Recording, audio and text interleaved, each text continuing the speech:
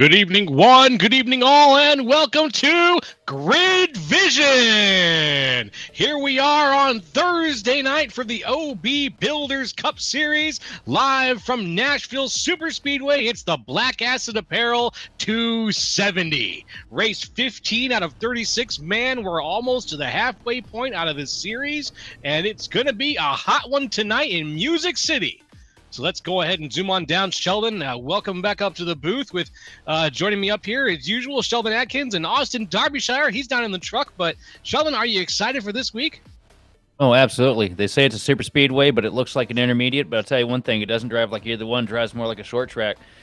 You're going to see these guys right at home, off the throttle majority of the way through the corners here. The tight diameter of these corners, as well as the lack of banking to lean on, throws these drivers a little bit of a curveball that we don't see anymore on the Speedway circuit. On top of that, 750 horsepower to the wheels, same as the short track package. Couple that with a concrete surface, and these guys are going to be begging for one thing all night, and that's going to be grip. Yeah, definitely. Yeah, the concrete surface is not going to be as grippy as maybe an asphalt one, I'm pretty sure. But let's see what they can do here. This is it'll be a good week. I missed last week, but I'm glad to be back. Let's take a look at last week's results here. Patrick Gitter out on top with Evan Say and Justin Levine. Evan Say also the fastest man around last week. But this week, the things are going to be a little bit different. With this week, we have a few different names up here at the top of the list. Looks like Paul Hill is doing very well at the top, but Brendan Pasalacqua right there behind. Three different teams in the top three. Luis Pizzera also up there, representing Costa Racing. Another thing to note, too, falling down from 4th to 9th in the points last week was the machine of Randy Mullins. Had to sit out. The new caution protocol, or the new penalty protocol for the caution system has resulted in if you cause a caution, you get to sit out a week. And Randy Mullins was the first one to go out there and learn the hard way about his own ruling. Same thing kind of falling in store here this week for Luis Pizzera. He will be out this week after an incident caused last week. Okay, all right. Well, Luis Pizzera, new rules in place and things shifting around a little bit. Randy Mullins the first to get a taste. Let's talk some names. Now we're throwing some names out though, and let's talk some picks for this week's race. I've got mine locked in. Darby's got his locked in. Sheldon's working on his right now. But to win it all this week, I don't know. The tea leaves are spinning as usual, and they say to me, Matt DeCiani. And I'm going to have to go with the 21 machine of old Patrick Gitter. I just feel like the momentum is going to really pay in store for him tonight. This is a track where you really got to take care of your stuff, and I always see that 21 machine up at the front when that comes down to it. All right, down in the truck, it's Matt DeCiani as well. And then for the one to watch, I went with Chad Kibbe. I just got to go with momentum again here. Paul Hill's been running so good this season. I feel like that 26 machine, he's up at the top of the board in points for a reason. I feel like tonight would be his breakthrough night here on a left turn only track. Oh, it's a good point. Yeah, left turn only track. Now we got Paul Gallimore down there in the truck. And for your last row, the underdog, I went with Keegan Sabilo, one of our favorites up here in the booth. I love to see him race, and let's see what Keegan can do out there this week. I'm gonna have to go with the 95 machine. PB Henry ran real good last week at Charlotte. Runs good week in and week out, and I feel like that CFM Chevrolet is going to be strong up here at the front tonight. Yes, sir. Now let's talk about. Now we've got just a few more names to run down, including who's going to be going around and where they're going to be. First things first, Bryce Reiner, your Thomas Mullins pole position winner.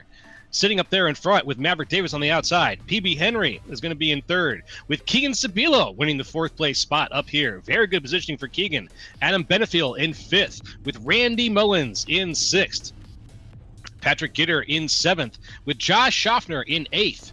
And Daniel Wiles on the inside in ninth, with Thomas J. George on the outside in 10th. Rolling off the grid in 11th place is Dale Times 11, the 333 machine of Evan C. with Brandon Pasalacqua up top in 12th. 13th going to be the 3 of Lou Christian with Jonathan Duckin in 14th. 15th place is the 5 machine of Matt DeCiani with Tim Wortman Jr. starting 16th. 17th place, the 88 machine of Joseph Causey with Paul Gallimore up top in 18th. 19th going to be the 72 machine of Shane Clore with Alexander Carr rounding out the top 20.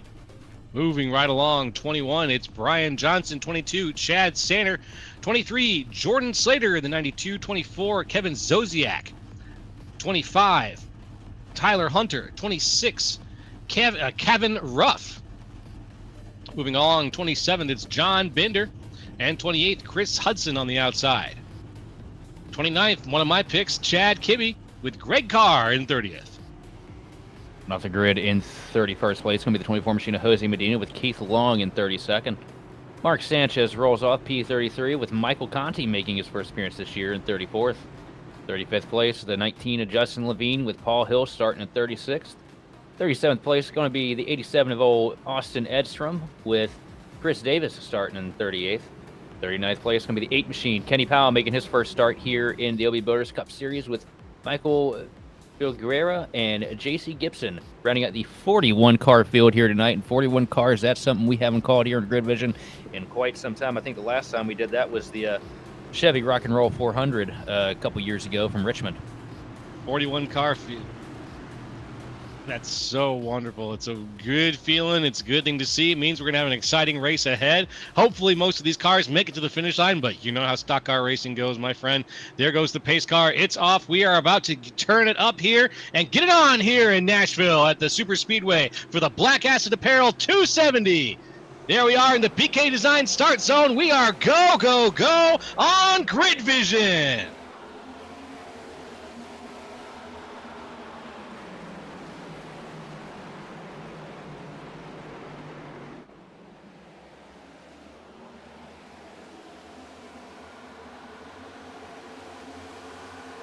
One cars, nice, clean, and orderly here through the first handful of corners. Bumper to bumper up here at the front of the pack, though. The machine of Bryce Rayner trying to close into Maverick Davis. Davis, good launch out of turn 4, though. Going to try and pull ahead here. Use a little bit of that clean air to pull that Team Conti Chevrolet to the point.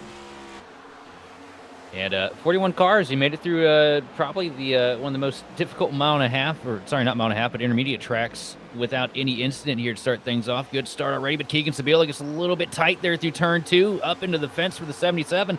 Here comes the 95 machine of PB Henry down to the bottom here into turn 3. The battle for third going on. Keegan going to rev it up here in the middle of the corner. They'll try to get the momentum up off out of turn 4, and they're still going to be neck and neck here at the line.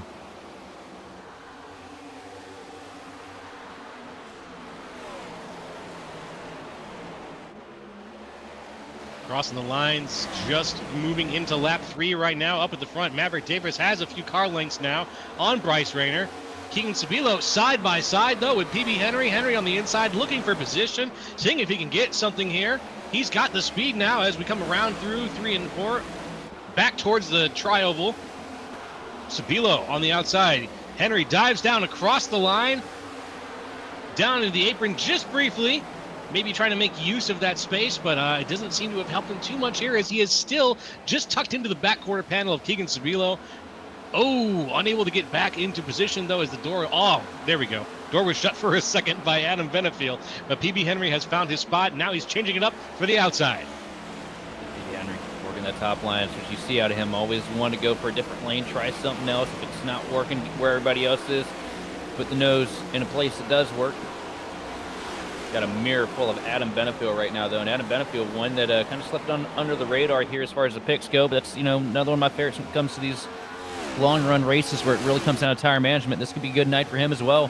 Been a bit of a rough patch for him here this season in the OB Builders Cup Series, the last handful of weeks, but good opportunity to get this show back on the road here for him. Just see him work out of turn number 4, trying to close it back to Henry. Henry still with the advantage, though. Now you're kind of starting to see that little spurt of single-file racing that we tend to see here at Nashville while we wait for this track to kind of widen up.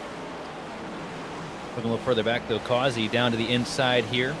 And we'll have to get a little bit of a refresh on the paints, but Causey has a beautiful tribute on that 88 machine this week, different than what we see week in and week out with the Snickers car, but a little bit of a tribute to Kyle Busch.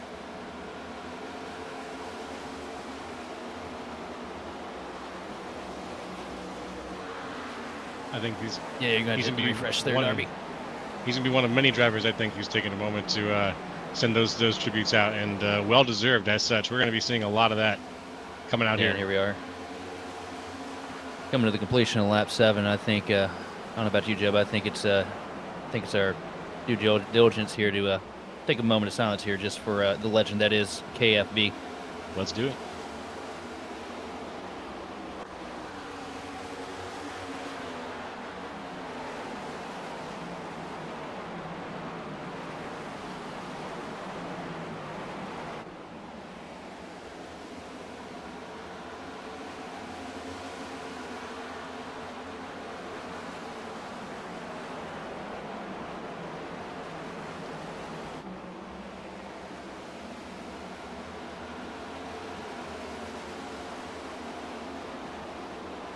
Later coming across the line here to complete lap 8 into lap 9. Maverick Davis putting together a really good run here to start things off. First, if I'm thinking correctly, the first show for Maverick Davis here in the OB Builders Cup Series as well. Had a little bit of a fall off on attendance. Had to get some guys registered in here. You know, there's a very long approval process that you have to go here to make it to the racing surface in the OB Builders Cup Series this season.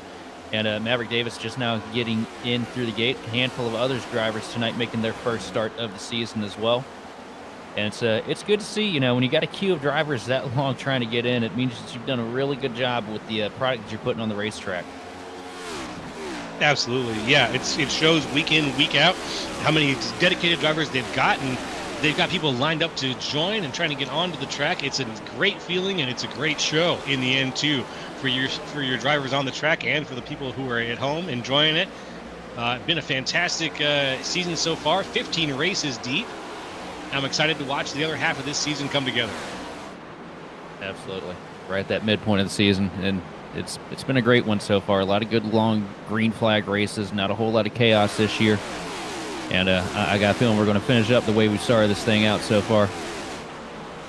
So look a little bit further in the back right now, the 45 machine. Chad Kibbe trying to make a little bit of moves here. And it's just it's easier said than done though, the way this track kind of lays out. You know, you got so much off throttle time, and off throttle time, flat corners all kind of mean one thing here with this next gen car, and that means dirty air is a problem. A lot of tracks you can kind of go up making extra lane work, but there's not really much of an extra lane here. You can kind of get that middle line to work if the guy in front of you starts to fall off. You see Justin Levine trying to get past the 45 of Kibbe, going to clear him down the back straightaway up at the front of the pack, though. Keegan Sabelo still going at it with PB Henry, and this is a battle between two entirely different drive styles here.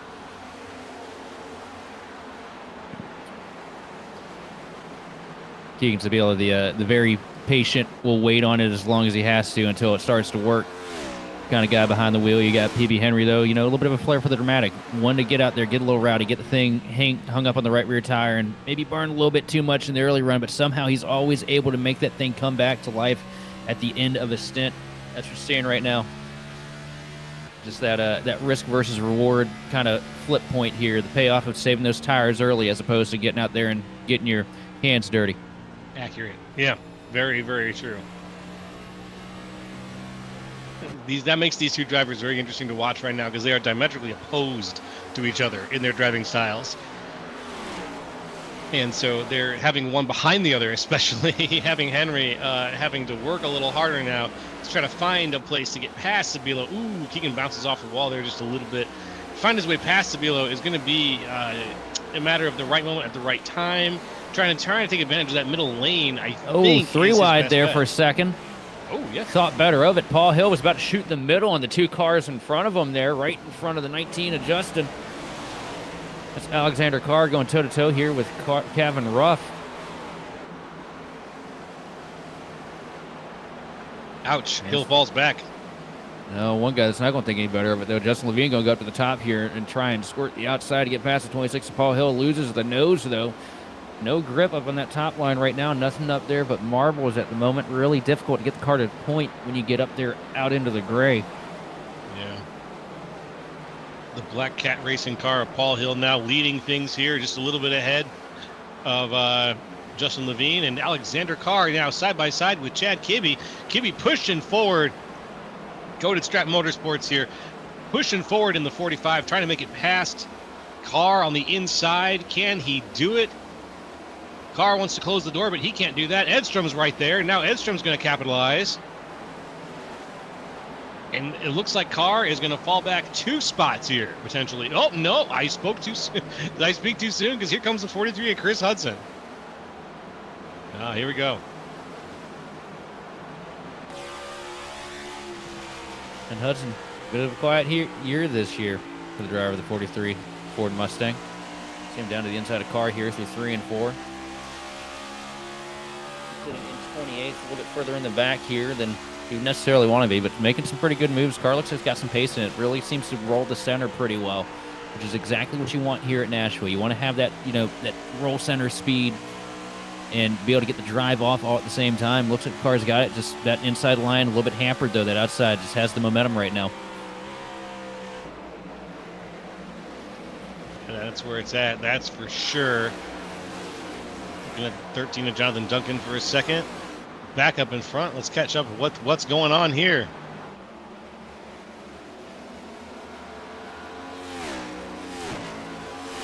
Keegan getting so close to that outside wall there. Tags it again out of turn 2. PB Henry is not letting him have this spot with ease right now. That is for sure. No. And Keegan's not even driving that defensively right now. Like he's just got to kind of sit there and work the line, but unfortunately it's not quite enough as PB Henry goes ahead and makes the pass here, and behind him Benefield says, I want a slice as well. Can I get a slice of that? Seeing if he can get past Keegan, which I think he's going to do. Keegan's going to go ahead and get these two out of his way so he can focus on driving his line again, but hasn't been driving very defensively. PB shut the door on Adam Benefield there in turn 3. I thought he was about to go around for a ride, but luckily Adam didn't get him too arrow loose there on the rear bumper, so PB Henry's going to be able to survive just a little bit longer. But this is that point of the run, though. 21 laps in, this is where Adam Benefield really tends to start clicking off some really good fast times compared to the cars around him, because he just doesn't use the tires the first 15 to 20 laps. Yeah, that's true. I just watched Shane Clore pass our man Thomas George. George now still on the inside. Very similar situation to what Keegan Sabilo just went through here. George just trying to hold on to the inside of the track when he can, but he doesn't have quite enough speed in the car to defend right now, and it looks like he's lost a couple of positions there in the last couple of turns here, just trying to maintain where he's at. It's an uphill climb here at a track like this to maintain without some aggression, without some serious speed. And so I'm hoping that some of these guys who are getting regularly passed up here are going to get the let out a little bit eventually, or else they're going to have a much, much higher tree to climb when it comes to later in the stints. A little bit of side-by-side action happening again here. Tyler Hunter down to the inside of the machine to Paul Gallimore. Pretty sure this is Hunter's first start as well here in the OB Bars Cup Series this season, at least close to it. Good strong performance, though, for the EPA Toyota Camry as he's down to the inside again here into turn 3. Trying to get past your Daytona winner this season.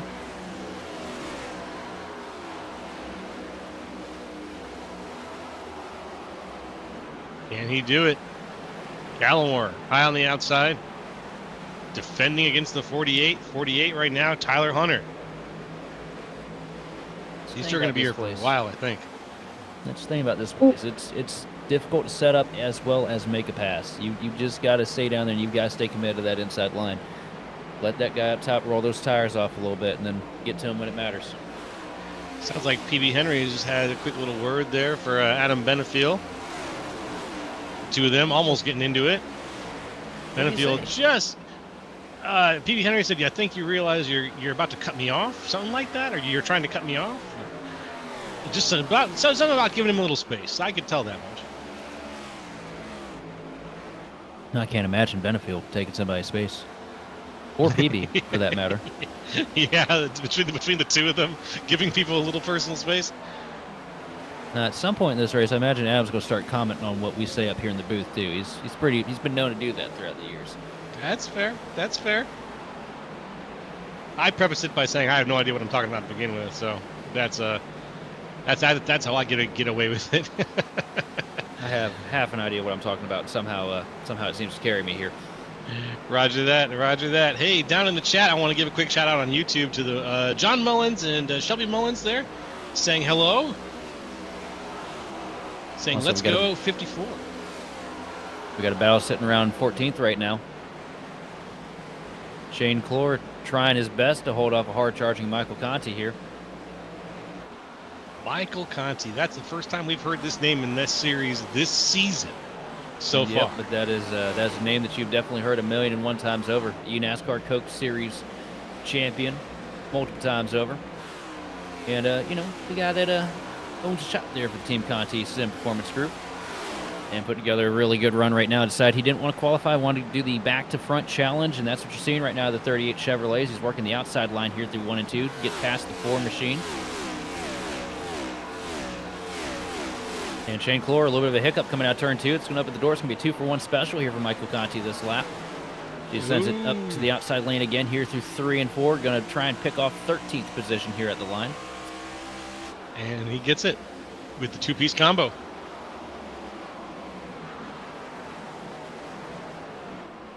Brilliantly Michael done. Conti's just going to do a Conti things. That's what we're used to seeing here. And it's good to see, I mean, I talk about how great the attendance is here in the WRS Cup Series. I talk about how talented the drivers are. When you see a name like Conti show up, you know that you're looking at a talented group here, because if somebody, like him wants to come down here and run this series, it means they got a good product here that they put on every week. Absolutely. Absolutely. The names you see in OB Builders Cup are the endorsements themselves sometimes. If you want to race against the best, you got to go to where the best are, my friend. That's what we got going on week after week here. It's been very good. And yeah, now we got Michael Conti out here. Some wonderful names. And a full 41 car field. Beautiful. Oh, chef's kiss. See Joseph Causey working the outside line here to try and get past the pit machine of Josh Schaffner. Just noses ahead here at the line, down to 1 and 2. Causey going to keep it right back, just on the edge of the gray here, trying to get that momentum, try to get that grip coming out of the corner. It's going to work here down the backstretch, move Causey up to P11, and Conti just going to follow that 88 machine through there. Ooh, is he going to follow, or is he going to push for a lead here? Watch this. Oh, almost contact between Causey and Conti here. Conti down on the quarter panel, very, very close, riding alongside Causey. He's going to make the pass. Causey sees him now. I think he's going to let him have that spot. Bit of smoke there in 1 and 2. Looked like.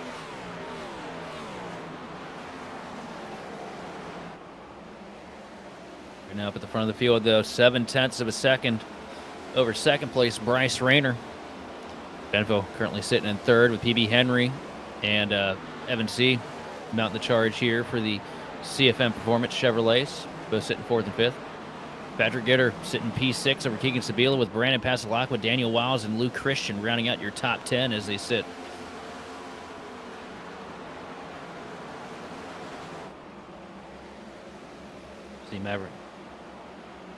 We see Maverick Davis working through a little bit of lap traffic here.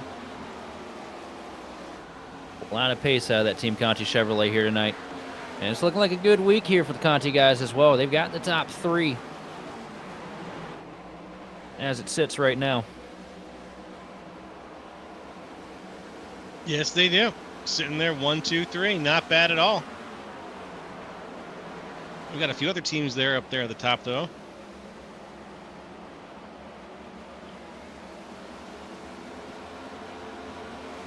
I believe that Bryce Rayner is driving for America Racing.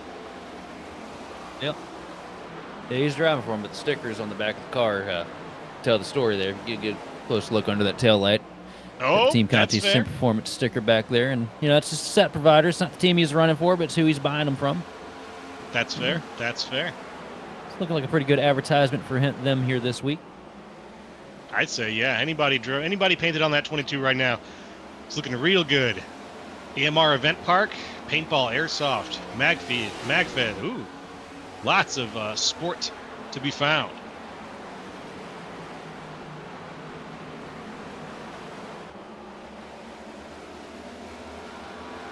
This pack of 3 cars right here. This is what we're seeing now, is little packs of cars kind of forming. There still is challenges being made. Right now the challenge is Keegan Sabilo trying to defend against Pasalacqua. Pasalacqua, though, is going to be down on the inside. We've seen Keegan lose a number of places tonight, unfortunately, but he still is holding on to the single digits in terms of overall positions here by lap 37. Ouch, bounces off the wall just a little bit there. But he's not been very defensive on the wheel. I know I brought this up earlier, but of course that's just been how he's been driving it. It's a little bit tough to stay in the single digits unless you start throwing some moves, and I just haven't seen him doing that yet. Everyone's been throwing moves on it. That's the thing about Keegan, though. A lot of these intermediate tracks, it's not his cup of tea. His thing is, take him to Iowa, take him to Bristol, take him to Martinsville, Richmond. Those little short, flat tracks. Shorten it up. Well, even the high banked as well. But anything anything under a mile, Keegan really fits at home with. It's a learning experience for him. He talks about it all the time with these intermediates because it's not something he does. It's not something he does in real life. Really, really gifted short track racer. Runs a lot of late model stuff. He's had a lot of good runs, a lot of success in that. But that intermediate thing, unless you put countless time and hours into it, it's one of the more difficult crafts to really figure out here for these stock cars. And he's hanging on well, but Keegan also, the bit of an old guard style of driving. If he doesn't have it, he's not going to sit there and race the tar out of you. He's just going to let you go, try and figure out what you're doing, and then try to reel you back in on the long run. Yeah.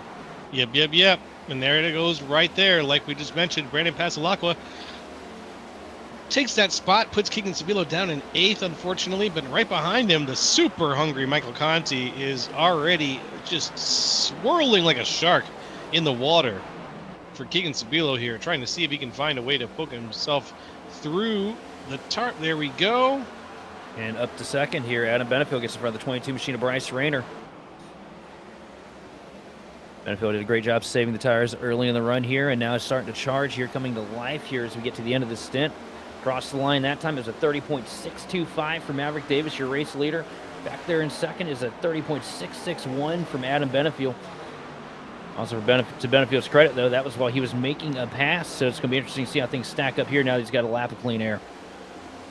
Yeah, I was about to say, that's the math's not going to math there for him if he's trying to catch up, but I think it was more of a circumstantial math for Adam Benefield in the last lap. He was actively working on making some passes there. So right now, let's just see if he can close that gap. I think he is. Or the gap looks like it's hovering steady right now at about 1.3. There's a 7.27 that lap to a 6.32 from Benefield. Yeah, I like that. So Adam just a tenth quicker right now. Here's the question: is Maverick Davis just maintaining the gap right now, saving a little bit, maybe toying with him? Ooh.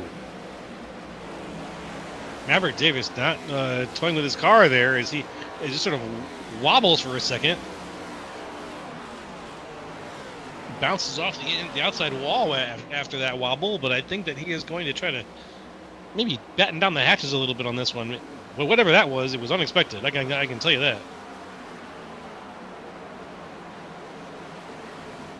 I think he looked in the mirror and realized that Adam Benefield was using the old intimidate button on him. Just super scared.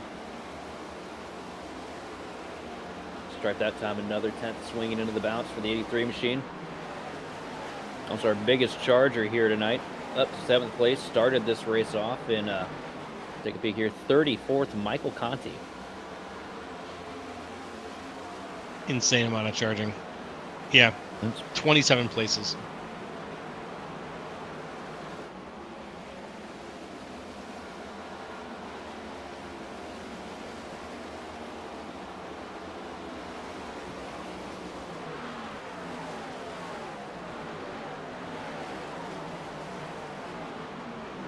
Here we go. 38 machine right there behind Patrick Gitter. At the front of the pack, yes, Maverick Davis still with the advantage. A little bit of side-by-side action happening further back, though. Battle for 11th. Joseph Causey starting to come alive here with the 3 machine of Lou Christian underneath them. Christian going to give up the spot here as your 3 and 4. Joseph Causey going to take it and run with it here on the front straightaway as he starts to close to the back bumper. The 77 machine of Keegan Sabilo. It's like a top 10 night potentially here for Joseph Causey, so long as he doesn't, beat himself. That'd be good.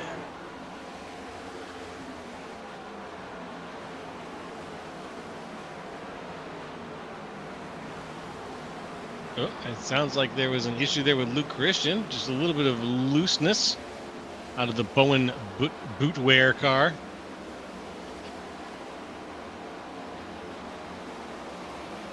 Well, he's back on. Didn't lose anything out of it, unfortunately. Bootwear might not be the problem, but I can tell you what tire wear probably is at this point. Yeah. Oh, yeah, we're on lap 47, man. We're on 47. These guys need to stop in. And there's one thing about concrete tracks is they will wear those tires up pretty quick. Very abrasive surface. Looking a little bit further back right now, though. Battle for 18th position between Austin Edstrom and Paul Hill. Fight night here for Austin Edstrom. Trying to put together a good run here this evening, though. Well, fingers crossed for that. I'm sure he'll do fine. Still got a ways to go. Lap 48 out of 200. We are almost 1/4 of the way through the Black Hazard Apparel 270 tonight. Well, Paul Hill tags the fence out of turn 4 there. Contact with the outside wall, trying to defend the 87 machine of Austin Edstrom. Edstrom now up to the top of the hill here through 1 and 2, trying to get to the quarter pound to get by the 26 machine. Paul Hill, a little bit of a wiggle. Knows that Edstrom's faster. Is going to crack the throttle a little bit out of turn 2, let the 87 machine go by. And Edstrom, the first to really start committing to this middle lane here. Everybody's been kind of jumping back down to the bottom once they make the pass. Going to be interesting to see if Edstrom keeps the same flow here through 1 and 2. See the quick shift there at start-finish line, back down into 4th here into turn 1. Nice steady work behind the wheel there for Austin. Car looks like it's got a little bit of a wiggle coming out of the corner, but nothing that he can't overcome here. Back up into 5th and quickly back down into 4th here into turn 3. Always, every time we come here, I kind of skip the shift down the back straightaway. I feel like the juice isn't necessarily worth the squeeze, so I just kind of keep the thing bouncing off the chip and save a little bit of tire that way sometimes if we do it right. Well, that's the idea, but you know what? Saving tires requires patience, and right now that seems to be something that's in just enough of a deficit.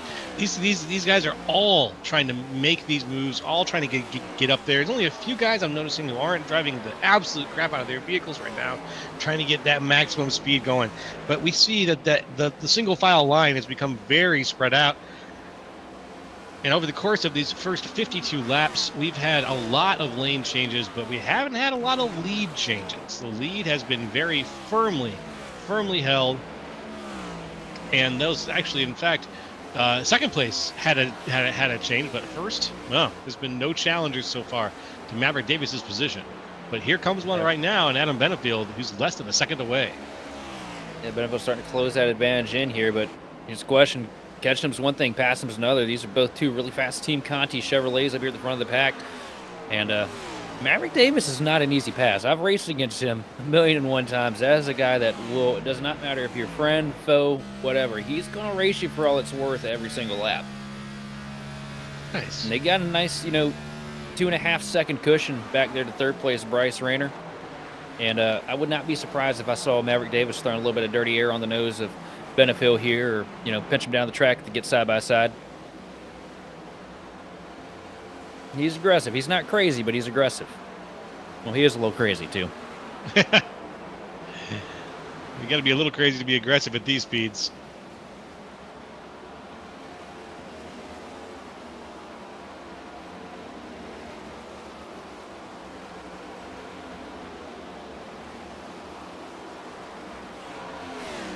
As the sun continues to set here on Nashville, I think we're going to be getting our pit stops in here very soon.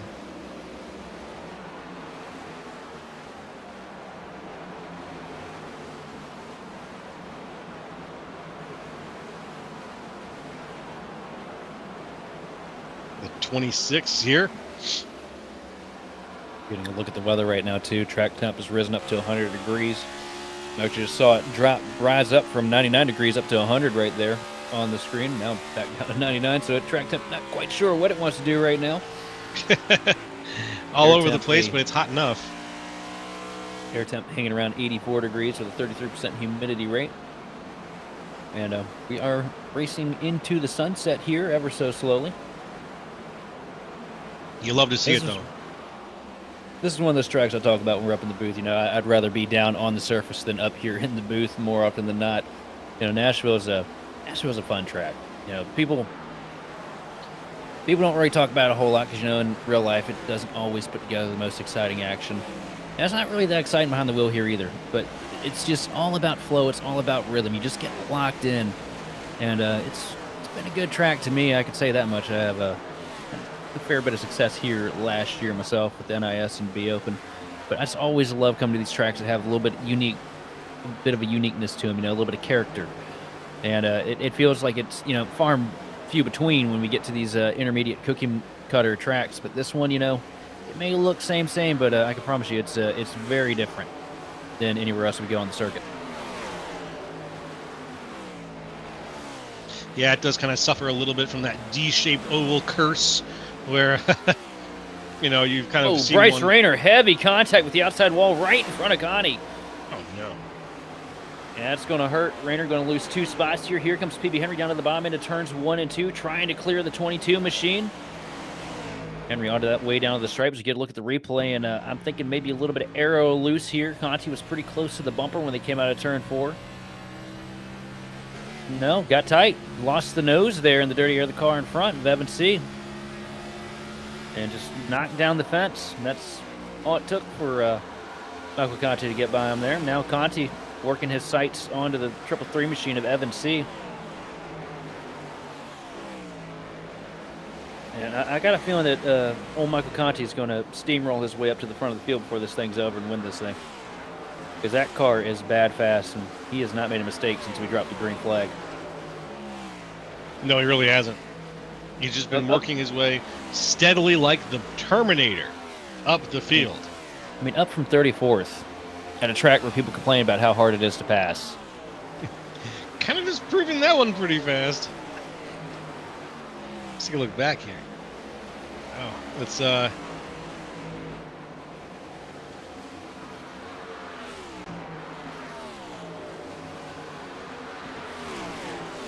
a look here live, we can see the 333 of Say. MC putting together a good run here, sitting in 3rd place. Ways behind Adam Benefiel. Conti starting to breathe down his neck. Look a little further in the back now. Josh Hoffner side by side here with Keegan Sabilo.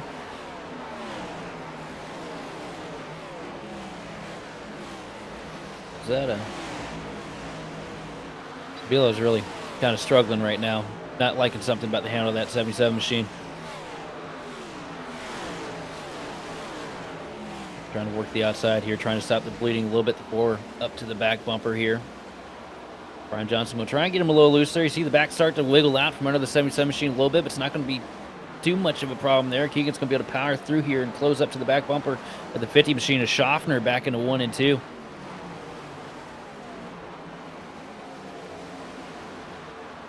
And I'll be honest, I'm kind of surprised Keegan's struggling here tonight. This seems like out of all the intermediate tracks, one that would kind of fall into his favor with the amount of off-throttle time that you spend here.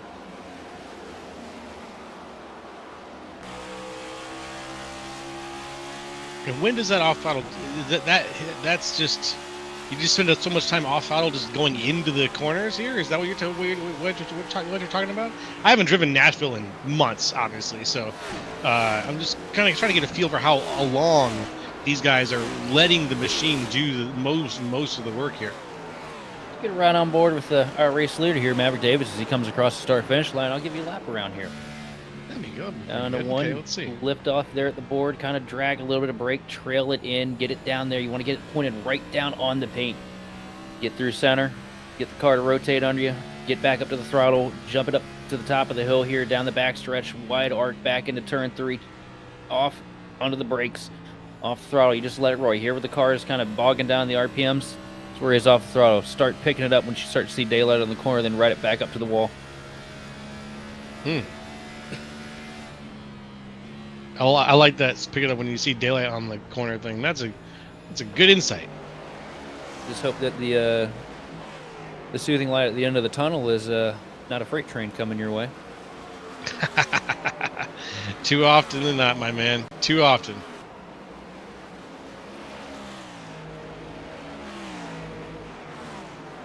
Well, first group of pitters down pit road here. The 22 machine, Bryce Rayner, leading the charge. The 3 machine, Luke Christian, comes down, as well as the 99. Here comes Evan C. pitting down from 3rd place. And he's going to bring Brandon Pasalacqua along with him.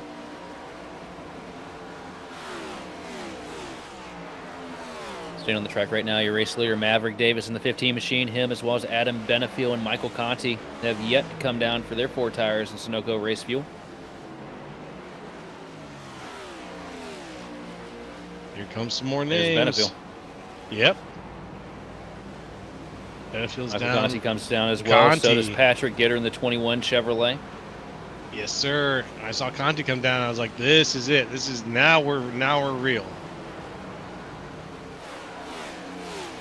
Looking at easily my favorite paint scheme in the field every week. The Heartbeat America Chevrolet, Patrick Gitter, last week's winner at Charlotte, coming down for 4 tires and load of fuel as well. Maverick Davis opting to stay out here, though, going to try and stretch this a little bit longer than the rest of these guys. I'm wondering, though, about the tire fall off. How much time is he going to lose? How much position on the track is he going to fall back here?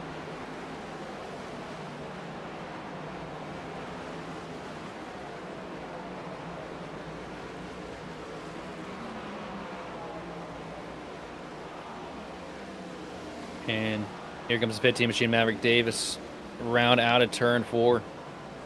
But with 69 laps on the board right now, and PB Henry coming down for 4 tires and fuel as well, we're going to send off to a quick word from our sponsors, and we'll be back to bring you more of the racing action here on the grid.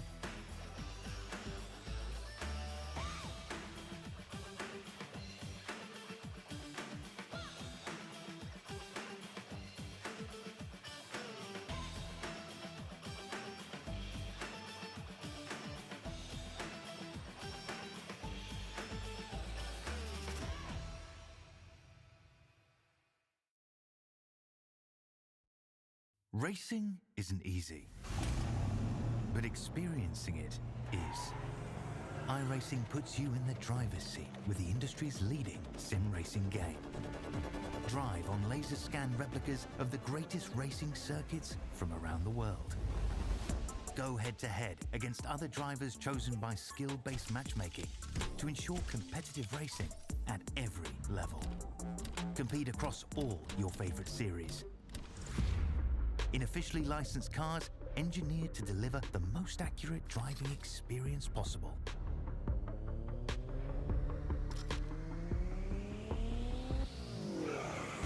Join a race or host your own with players from across the globe. Race against the computer or in a league with friends. Feel the thrill behind the wheel. Visit iRacing.com. Hello, folks, and welcome back to the OB Builders Cup Series. It is the Black Acid Apparel 270. We're on lap 75 out of 200, going around and around and around, and Maverick Davis is still leading things right now with Adam Benefiel and Michael Conti on a tear right now. It's been a great start to this race, a good opening salvo, and we are continuing to cover it here live on Grid Vision. Hello, I'm Joe LaCastro, up here in the booth with Sheldon Atkins and awesome Derbyshire, and we're bringing it to you live. Yeah, Davis currently the the one with the benefit of slightly fresher tires right now over Benefield. Remember, Davis stayed out really late there on the sequence. And 50 machine looking pretty good here. Benefield starting to put a little bit of pressure to him here, though, through 3 and 4. And currently, the way things are sitting right now, too, we're having a little bit of technical difficulty with the ticker. We are sorry about that. We're working adamantly on trying to get that back to everybody. The way the field is sitting right now, Maverick Davis is your race leader over Adam Benefield in second. Michael Conti, the charge from 34th up to 3rd place right now. 22 machine Bryce Rayner sitting in 4th over Evan C in 5th. 6 is the 6th machine of Brandon Pasalacqua with PB Henry sitting in 7th. 8th place on current running order. I almost said on the grid. Wow, that's weird. Don't really have to do this all that often. Sitting 8th right now is the 21 machine of Patrick Gitter with Daniel Wiles in 9th. Rounding the top 10 is Brian Johnson. Big gainers on the pit sequence there, though. Paul Hill was able to carve a couple of extra positions out there with the sequence. He's now currently running in 12th, up from where he was sitting around 18th earlier in the night. Joseph Causey hanging on to 13th, with Josh Schaffner moving himself up into 14th in the 50 machine. And aside from that, everybody's kind of around where they were running before we took the pit sequence there. And the current gap between your race leader and second place is 0.4 of a second. And from your race leader to third, Michael Conti is only 1.2 seconds behind your race leaders. A blistering pace from the 34 Team Conti Chevrolet. Blistering pace is right. Just setting records left and right, it feels like. Fastest lap of the race, though, so far goes to Bryce Reiner, who put down a 29.621. Just barely beating Maverick Davis. Maverick Davis' best lap, 29.622. A thousandth, not even that was a thousandth of a second, a difference between the two. But it goes down to Bryce Reiner. Oh, we got a caution. Couple cars no. around further in the back. Looks like the 4 machine of Brian Johnson goes for a slide there through 1 and 2. And heavy damage to the nose. Brian Johnson. Another car that got caught up there too somehow. The 88 machine of Joseph Causey gets into the mix. We can get a quick look at the replay here. Brian Johnson coming down into 1 and 2. He's got Luke Christian on the back bumper. Pulls the air off the spoiler. Around goes the 4 machine. A little more contact to finish it up. And then boom, right down the track into Causey. 3 cars involved in that. Luke Christian, Brian Johnson, and Joseph Causey look like everybody else made it through scot-free as we ride on board here with the 4 machine. Just gets down in here, goes for that downshift. As soon as he does it, just around it snaps.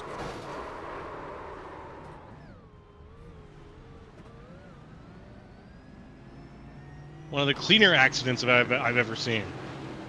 To involve 3 cars. Brian Johnson, heavy damage to the nose of the 4 OB Builders Chevrolet. Joseph Causey's right front fender swelled up pretty bad. A little bit of small damage to the center of the nose of the 3 machine of Luke Christian.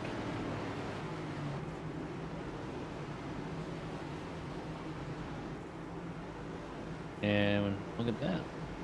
Wow. Coming down pit road here for an extra top off on fuel, maybe some tires. Maybe not some tires. I forget what the tire limits are here in the OB Builders Cup Series. Yep. Benefield's going to take 4, so I guess everybody else is going to take it as well. 1 person stayed out.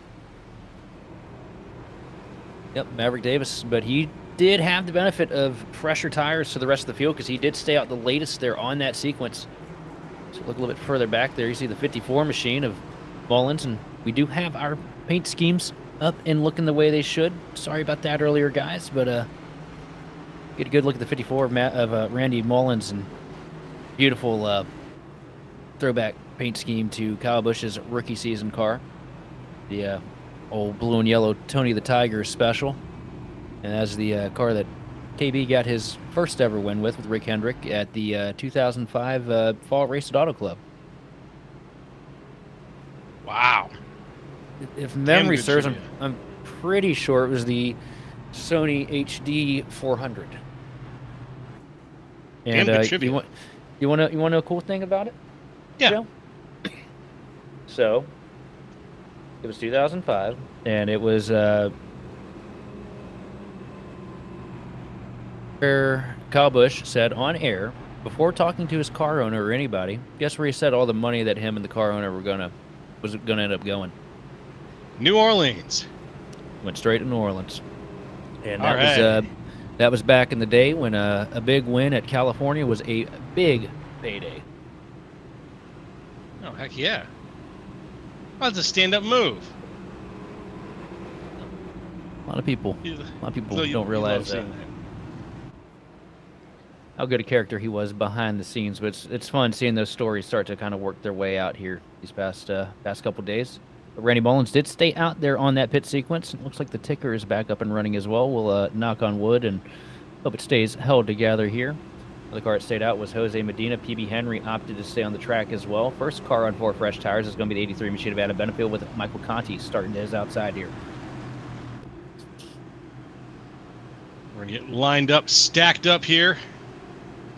See if we can see any differences in this stint versus the last one. But I think people are kind of stuck in their ways here a little bit at Nashville.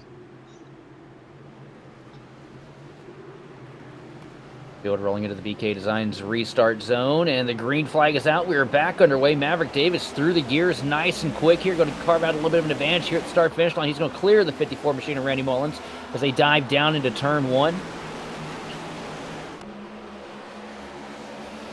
A little bit of a wiggle from the 54 machine of Mullins. Don't worry, false yellow there on the screen. We are still under green right now. Mullins trying to close up the back bumper. Maverick Davis, though, down into 3. Here comes Conti taking over 3rd place down to the inside of PB Henry. Going to be able to clear him out of turn 4 down the front straightaway. The 38 machine trying to reel in those 2 leaders. As we got trouble. Gitter sideways through the grass on the front stretch. Calamity for the team Fortis Motorsports, number 21.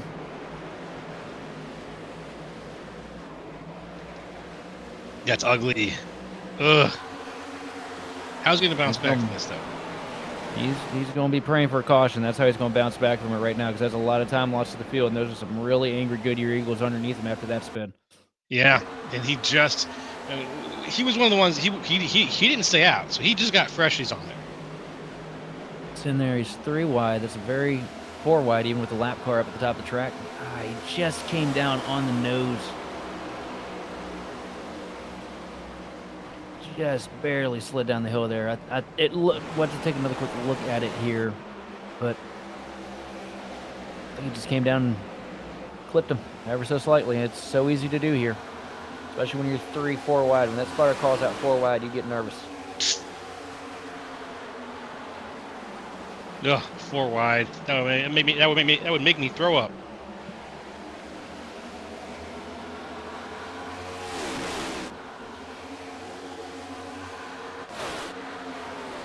Gotta get used to that. Gotta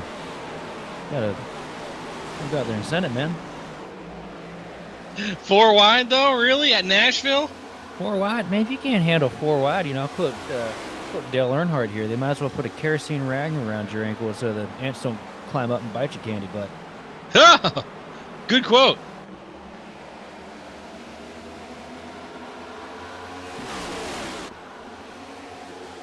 I will avoid the kerosene rag. Starting to get hounded. Here comes the 38 machine of Michael Conti. Up from 34th now to 2nd, trying to take over that one missing spot here. Shame on me. We didn't pick Conti for anything here tonight. I didn't notice he was on the entry list until we got to the grid. Up to the outside here for 1 and 2. Michael Conti, and he's going to charge it. Huge run down the back straightaway. The 38 from the tail end of the field now up to the point. Maverick Davis falls into 2nd. Meanwhile, PB Henry going at door-to-door here with Adam Benefield. Benefield down to the bottom of the track, grabbing the paint. PB running up there on that seam. Good charge for Henry. He's going to be able to hold Benefield behind. Remember, these two had words over the radio at the start of the race over how the two of them were racing each other. And, both these guys known for playing nice most of the time. Most of the time. Most of the time. Mostly. PB Henry on the fresher tires. They're going to tear past the 15 machine of Maverick Davis, move himself up into second place. Davis starting to fall back here on the older sequence tires. Mm-hmm.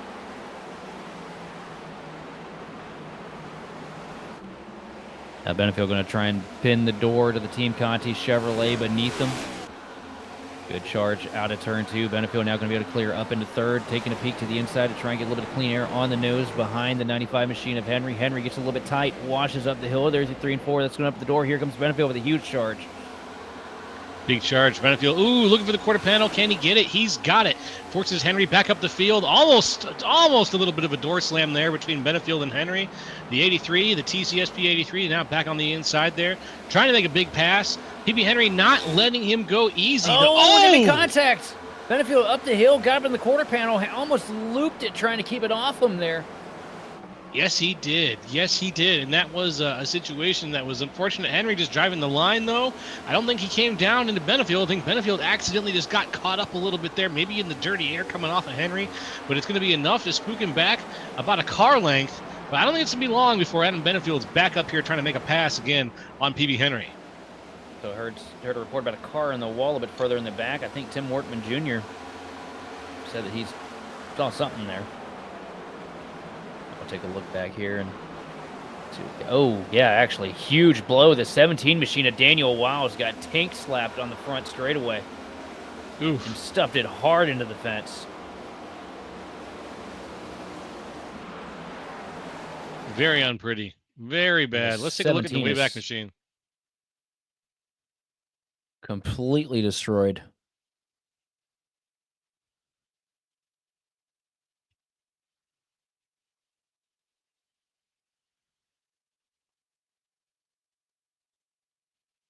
Coming around back here at the front. PB Henry holding off Adam Benefield still right now. Benefield trying his best to get back up and running. Here comes Benefield. A good run through 1 and 2. Grabs a little bit of clean air underneath the 95 machine of PB Henry, trying to close up to the back bumper here on the back stretch. One car ducking out a little bit further in the back. The 333 machine of Evan C. trying to get past Maverick Davis. The battle for fourth starting to heat up. Maverick Davis up at the top of the hill here through 3 and 4 with Evan C. down on the inside, bumper to bumper here out onto the front straightaway. Maverick Davis with the charge, though. He's going to pull ahead down into 1. Good drive, good drive. The 333 out of the CFM Performance team. Still driving forward, though. Still putting it side by side, though, when he can with Maverick Davis, though he's going to fall back now, unfortunately. Evan Say falling back into 5th. Not quite able to make that challenge up for the 4th place spot that I think he wants to, but he has got one locked and loaded, and he is ready to make the pass on Maverick Davis as soon as he gets that chance. And for 2nd place, Adam Benefield now back to the inside of PB Henry again, down to 1 and 2. Wrapping the paint, the 83 machine going to clear up out of turn 2. Now Adam Benefield officially up into the 2nd spot as he tries to run down Michael Conti, who's starting to slip away with the lead. Conti now up a 2nd there at the stripe last time by. And PB Henry going to have to give it a little bit of a break here, struggling with the drive on the 95 machine, got real loose there through 3 and 4, had to chase it up, grab the wall a little bit, losing a little bit of time as the 15 machine of Maverick Davis starts to loom closer in the mirror. Evan C. still all over the back bumper of the 15 machine, though, trying to find some kind of way to get past him, uses the top line to try and charge a run down the back straightaway, now peaks down to the inside, throws a little bit of side drift down to 3. Here comes Evan C. working the bottom now. See wrapping the paint door to door out of turn number 4 up at the top of the hill, though. Maverick Davis still using that top line advantage to pull ahead here at the stripe by just about a half a car length there that time. MC charges the bottom into 1 again. Down the paint, but not enough momentum. That top line really putting in the work right now to keep Maverick Davis in the hunt here and keep him in 4th place. It's doing it. It's doing it right now. Maverick Davis taking full advantage of that of the top lane when he can. Right now, though, as we can see, he's kind of a man alone. But right behind him, he's got Evan Say, really working hard. And Yeah, Davis is a good example of how to use the center of the track to your benefit. He's not spending a ton of time there during the turns. He's just using it as a great pass through spot and a place to really get back on the gas after, like you mentioned, there's a long period of being off the gas here at Nashville. Also, look out, guys. Fastest car on track right now. Second place, Adam Benefield ran 0.06 of a second quicker than the boss man there across the stripe. Michael Conti ran a 4.65. It was a 4.05 for Adam Benefield last lap. This time across the line, though, it's a 30.392 from Benefield in a direct comparison to Michael Conti's 30.480.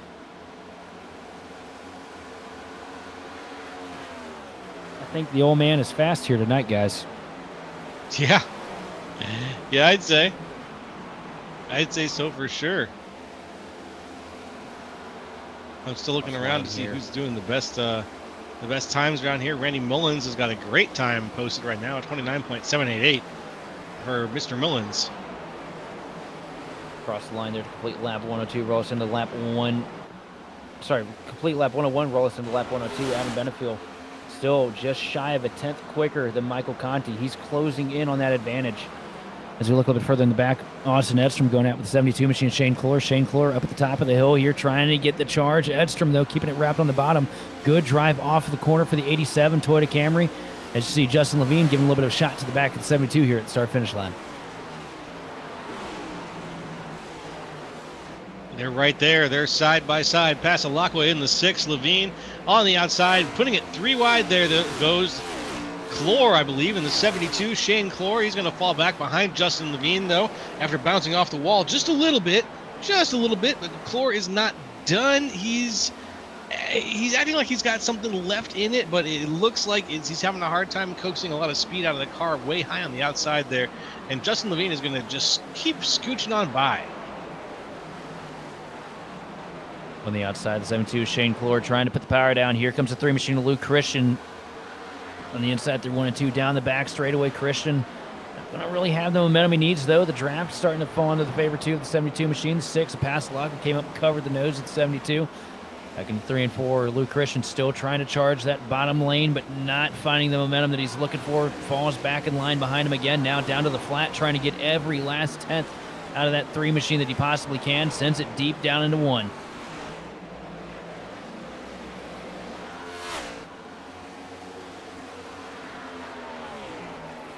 Now following the adventures of Michael Conti,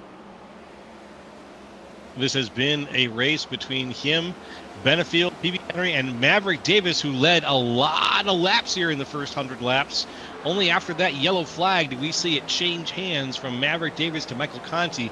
And after that, Davis fell prey to Adam Benefield and PB Henry, 2 of the more assertive drivers out there on the track tonight, who found their way out to the front of the field early and have been holding on to it, but no more assertive than Michael Conti, who's drawn up at least 33 places from where he started tonight, way down in the field. Yeah, Conti is, I mean, look, we've seen this time and time again with Michael Conti. It doesn't matter if it's, you know, a standard run-of-the-mill A-Open race, an NIS, one of the Crown Jewel NIS races, OB Builders Cup Series, eNASCAR Coke Eye Racing Series. Michael Conti always finds a way to get himself to the front. That's a name that you hear a lot here on this service, and for good reason. You're seeing it right now laid out in front of you. That 38 crafty driver behind the wheel, and he's going against some of the best right now, too. You see Benefield up there tagging the wall out of turn 4. That tells you one thing. Benefield's trying to get everything out of that car he can, too, because I think he's starting to realize that pendulum's starting to sway in the opposite direction. It's a powerful visual, my friend. The pendulum swinging in the opposite direction is the way that it goes for a lot of these drivers halfway through this race right now. Let's see who's got their clever hat on and who will take best care of their vehicle, because that is really now where we're at in this challenge. How well can you drive your car? Well, how well can you prepare it for what's ahead? Are you going to be doing that 2-tire tango like you mentioned? Are you going to fill her up all the way? Are you going to take tires at all? Like, these are all considerations that can lead to your car having a really bad night. So consider your car, won't you? You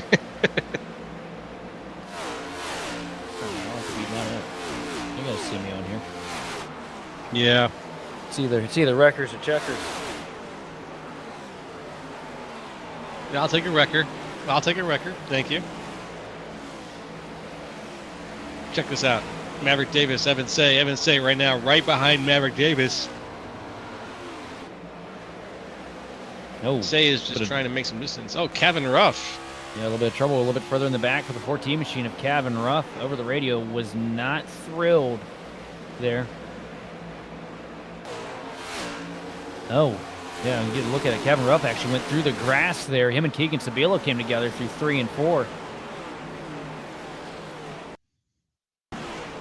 Not ideal. Get a look here what happened. You see Kevin kind of crowding him a little bit out of 4. Sabilo up the hill. Got into him. Took a look from the blimp angle too, because I watched it from the blimp here.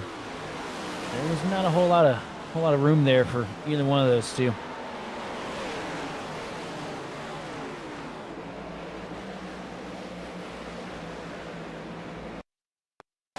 Get a look at it again here from the overhead. And this right here, this is a very difficult spot to be in arrow-wise. You got somebody up on your outside. You need to be able to track up towards the wall. Gavin kind of crowded him a little bit. That situation right there, I'd call that a good old racing deal. You got two guys going real hard for the spot, and eventually two tend to meet in the middle.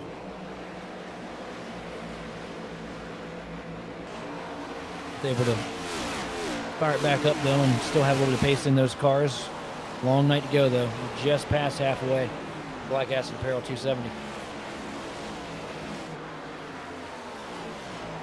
We did just cross the halfway mark here, folks. Lap 112, barely into the 200s here, or into the chase to 200. But it's one filled with treachery, filled with danger. As we go back really quick, want to touch base with some people a little further back in the field. Again, Kevin Ruff getting past now. Oh, we got a battle up front, though. Let's make sure we cover this first.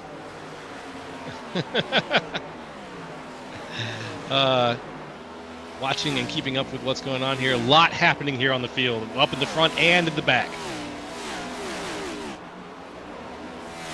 A lot of hard racing here down at Nashville. MC down to the bottom again, trying to get past the... Oh, sorry. Nope, I was behind on the play there. Now it's Maverick Davis trying to get past the 333 machine of Evan C. Not going to be able to get the drive off the corner, though. Maverick Davis almost loops it there out of turn 4.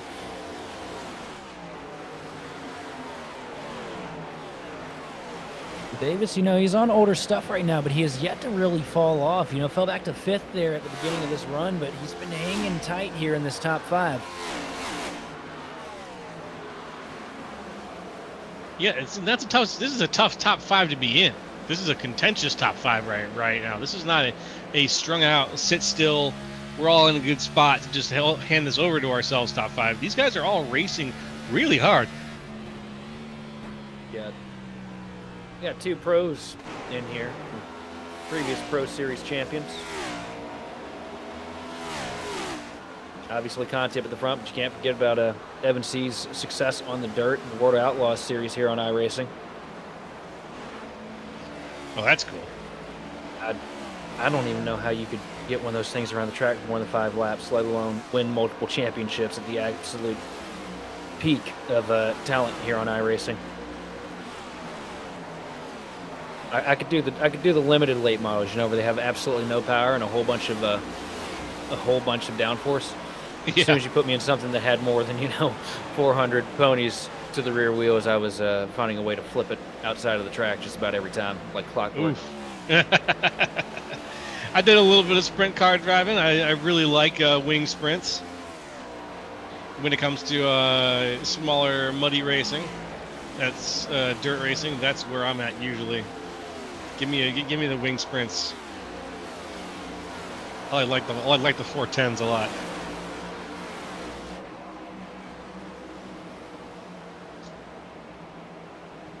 Jose Medina out there, the voice of good cheer, keeping everybody out and focused on having a good time. It's not necessarily been a great night or season here for Jose Medina, but I gotta give a huge shout out to him, though. You know, when you go through slumps throughout a season in the league, a lot of people they see themselves out the door. They just look and they're like, "Well, I'm not getting anything done here. I'm not even gonna waste my time." But Jose, man, he shows up every week, puts his hand on the wheel, and he goes out there and gasses it and gives it everything he possibly can. And a lot of respect there to the driver of the number 24 Toyota Camry, and also enjoyed the old Jeff Gordon Nicorette throwback paint scheme on it as well. Good colors to see on the track. But a lot of props go out there to him because, man, when I'm not having a good season in the league, you can see me on the way out pretty quick.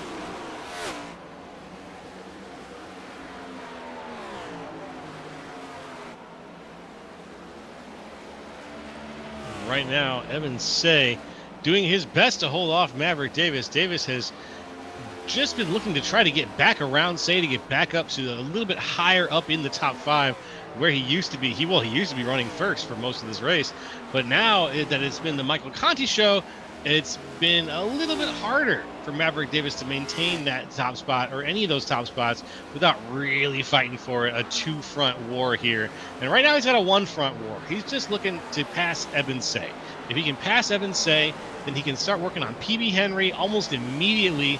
And then, you know, if he's able to, start climbing the ladder, climbing slowly up towards Benefield and seeing if he can get back into one of those top 3 spots.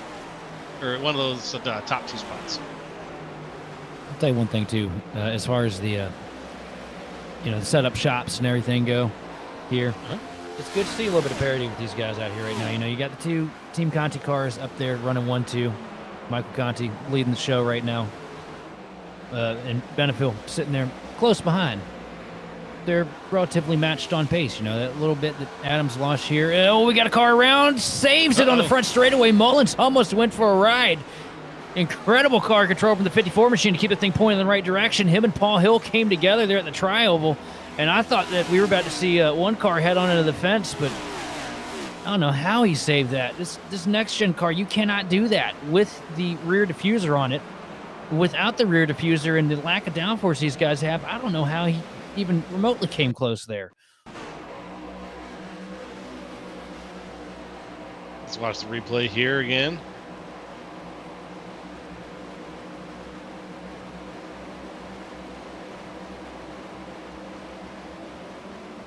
Oof.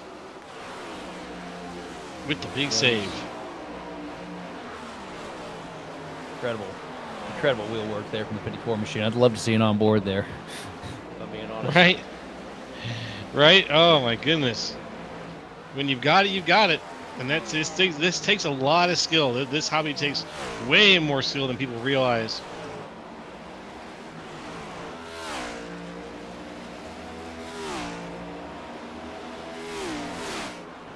Evan C. has not been able to ditch that 15 machine of Maverick Davis here. See Davis now down to the flat at the bottom of the track here again through 3 and 4, trying to get to the inside quarter, maybe pull a little bit of side draft on the 333's left rear. Not going to be able to close up enough, though. The outside going to work out for Evan. He's going to pull ahead again here down into 1 and 2.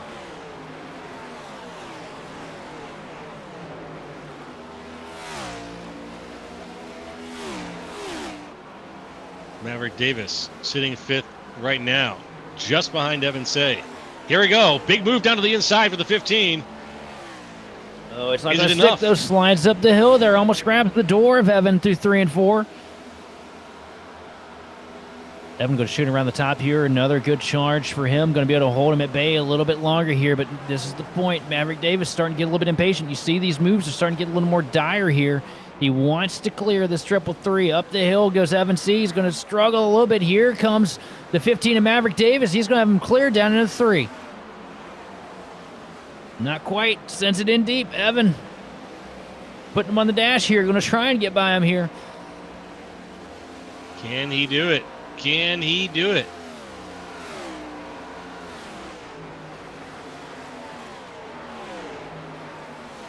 Down to the bottom again into 1 and 2. Maverick Davis trying to get past that Chevrolet up top.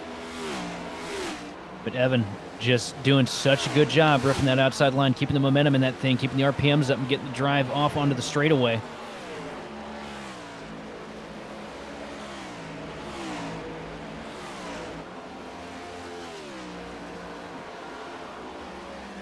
Trying to keep eyes on the prize here, on the battle between Maverick Davis and Evan Say, because it looks like it's about to end. He's got him here. He's got him. Yep.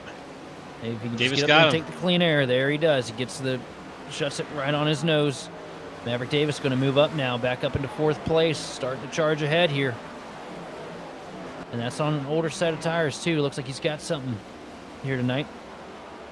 Look a little bit further back, somebody we haven't talked about really much this evening. Justin Levine up into the 6th place. Strategy's worked out well for him in the 19 Camry. And a good quiet night, which is what he needs here, especially in the points. You know, he's had a couple off weeks this season. They're trying to just get back up into that top 10, top 5 bracket. And it just takes good quiet nights like this.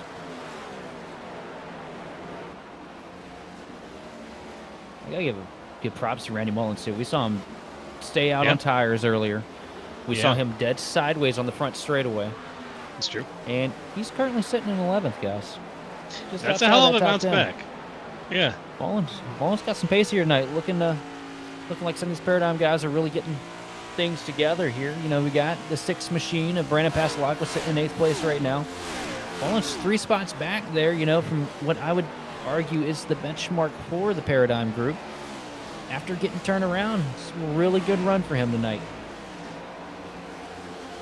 Very good run. Beautiful stuff here. Left 132 out of 200.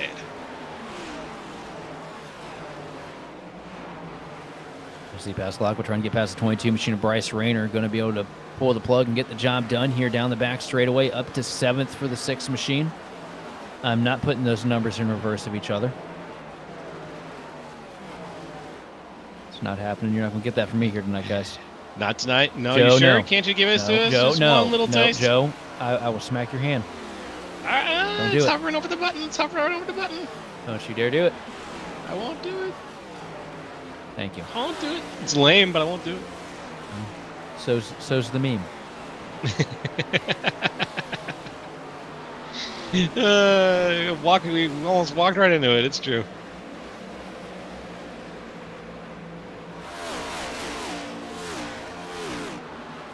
Now we're kind of at that point now where everybody's just single filed out.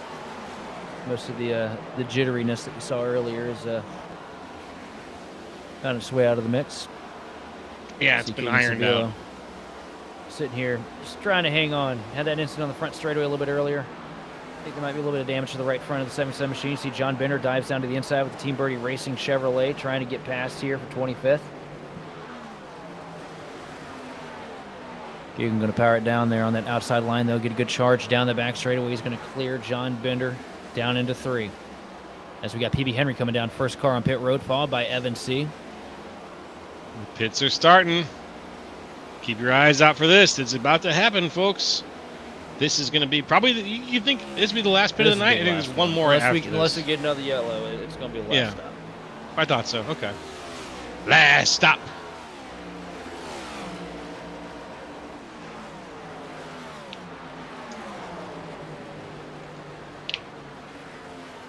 Oh. Something. Conti. A miss for Keegan out of turn 2. Uh-oh. Just about lost the 77 machine. Chases all the way down to the infield grass. Able to gather it back up, though, right in front of Jose Medina. Here's the question. When's Conti going to come down? That's a good question, too. He's one of the only ones who I think might not need to anytime soon. Gallimore on pit road. The other Paul Hill off the jack and away. Getting ready to return to the racing surface here after taking his 4 tires and fuel for the last time tonight. That's right. You look up here at the front, riding on board with Michael Conti down the back straightaway. 34th position to start the night off. Currently sitting up here at the top spot, 3 seconds ahead of Adam Benefiel in second. 3 seconds ahead. Oh, my goodness.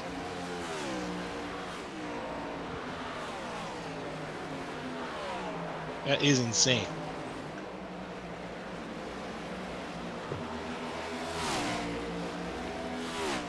Love the paint scheme on that 38 too.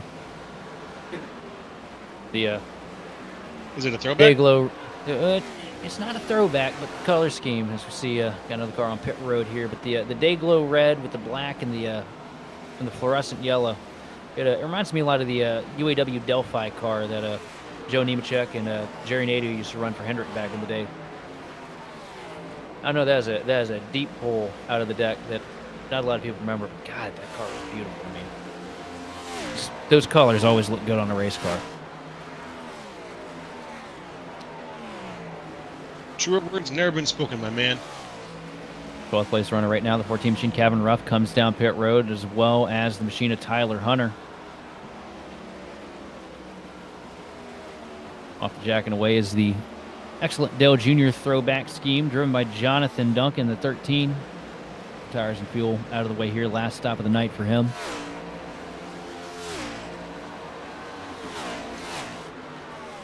You see him cycle out right behind your race leader. And is Conti coming in this time? Nope, just running shallow there through 3 and 4. Still retaining his position here on the track. You know, if I'm Adam Benefield sitting there in second, I'm thinking about coming in here in the next lap or two. Try maybe pick up a little bit of extra time here on your race leader. Yeah, just trying to catch up on Conti. Oh, and he's going to get loose right off the nose of Kenny Powell there. Good save from Benefield. That was almost calamity. Very good save. Very, very good save. This is we've seen a few of those tonight here. Quite a few. Adam Benefield pitting now. Yeah, Benefield figured probably a good time to stop bleeding, come down, take 4 tires and fuel, get that out of the way here, and just start charging here on this last run of the night. Especially after getting dead sideways there.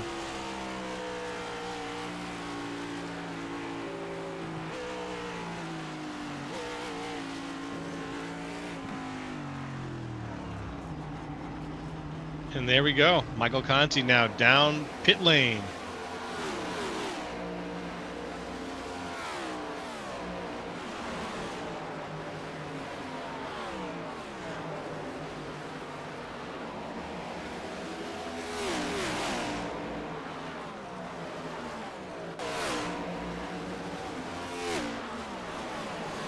All these green flag racing has been good for us here. We've only had, I think, 1 or 2 yellows for cause out here in 143 laps. Oh, just the one here tonight. Maverick Davis also just came on the radio, said he's going to come down pit road here, get his 4 tires and fuel. He's going to lead the 87 machine of Austin Edstrom in.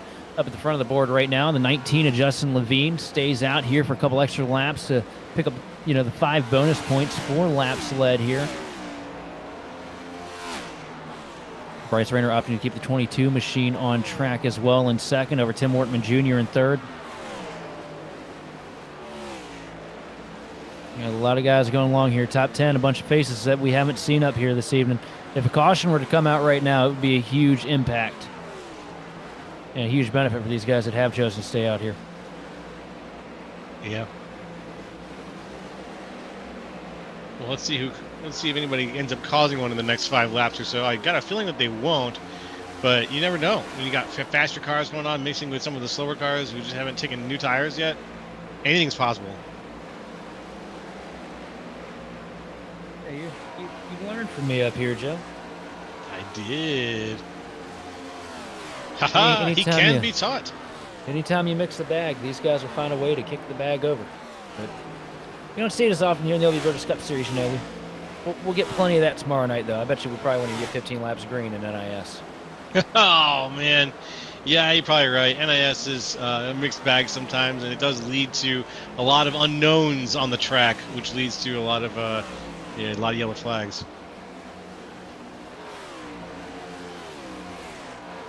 But tonight's a known thing. Not who's gonna win, but tonight's a known thing in terms of its quality. We know what we're into.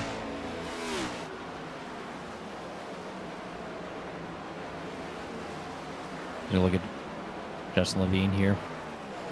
Skim out pit road, 4 tires of fuel. Or no, sorry, still race leader. Sorry about that, guys. The graphic got me there for a second, but Justin's opting to stay out here as long as he possibly can. Probably hoping for a caution right now as he tries to abbreviate the right side of that car coming into turn 1 there. Here comes 45 machine Chad Kibbe working to get his lap back here. Kibbe's already been down pit road in the goated Strat Motorsports Toyota Camry. From the inside of the line here, trying to get past your race leader, and he's going to do it through 3 and 4. As Michael Conti, the dominator here tonight, sitting in 9th place right now, lap down, getting his lap back from this pit sequence. Down to the bottom in 1 and 2, and there's the boss versus the ambassador, and it looks like the boss is going to get the job done. Conti going to clear Levine out of 2 and walk away and try to keep expanding on that advantage he had there before that pit sequence. Mm-hmm. And if he can keep expanding on it, it'll be that much more of a security blanket leading into here to the last quarter of the race. Yep. Lap 148 out of 200. Race leader Justin Levine on pit road here for the final stop of the night. Bryce Rayner comes down as well in the 22 machine. No lap led for Bryce here, but final stop here. Just got to make sure you make no mistakes. Don't slide the box. Don't speed on entrance. Don't speed on exit, and be sure not to slide up onto the racing surface here before you're allowed to merge.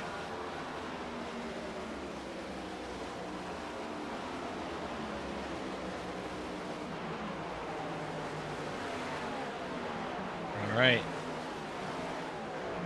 Looking at the list now. Who is still out? Who has yet to go down? And how it stacks up. It's definitely, that last one really mixed things up a little bit, didn't it? Absolutely. Currently, guys that have not come down pit road is your race leader, Tim Wortman Jr., Keegan Sabilo in 2nd, Chris Davis 3rd, Bryce Rayner, your 4th runner as it sits right now, has not come down pit road. Brian Johnson has not as well. Michael Conti has now moved himself up into 5th as a couple cars have come down pit road here for that final stop in front of him. And it's just a matter of time here. Tim Wortman Jr. almost loses it coming down pit road, gets way wide. I'm wondering, looks like he made the commitment line. He should be okay, but that was almost a nasty mistake there for the 28 machine.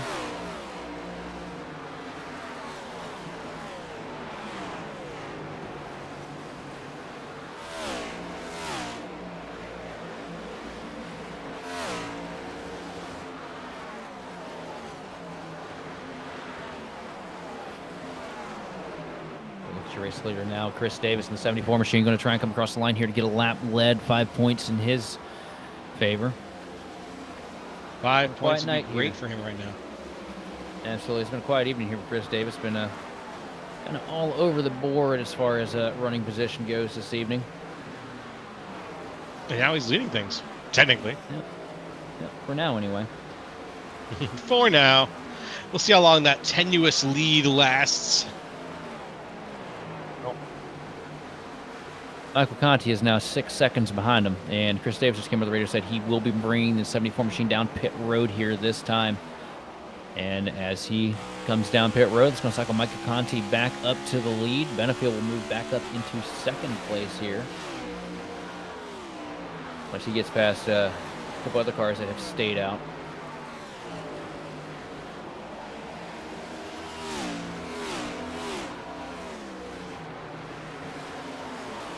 What else have we got going on here on the field? This action up at the front. There still is a little bit, just a little bit to be found. But other than that, it's still pretty single file out here.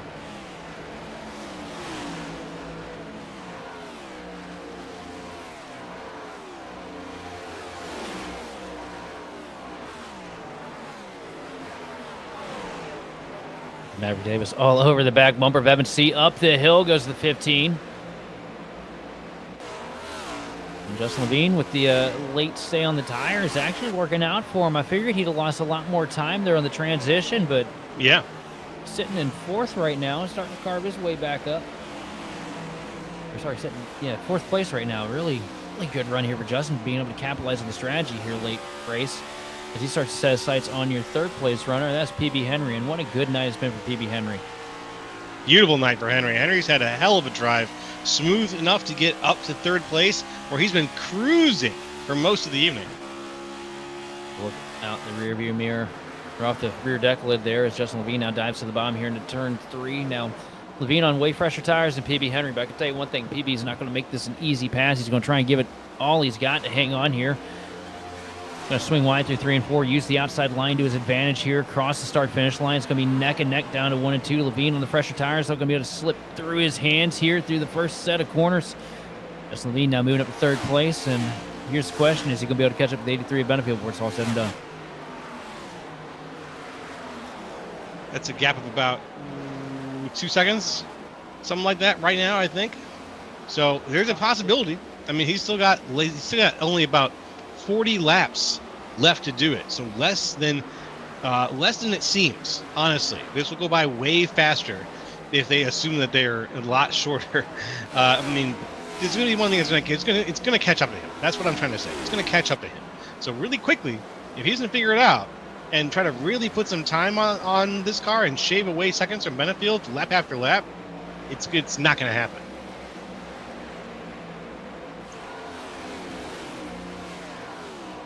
He does have the pressure tires, and he does have a lot of time to get the job done. That's true. Pressure tires is good.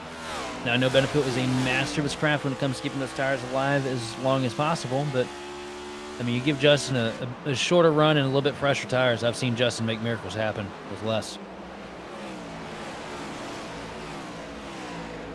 And miracles it shall be here at Nashville. Especially now the sun has fully set. All the lights are on. And it's a beautiful nighttime race.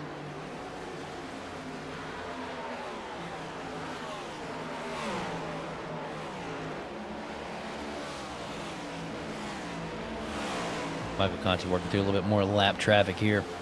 Huge advantage for the Team Conti Sim Performance Chevrolet. 7 seconds over Adam Benefield.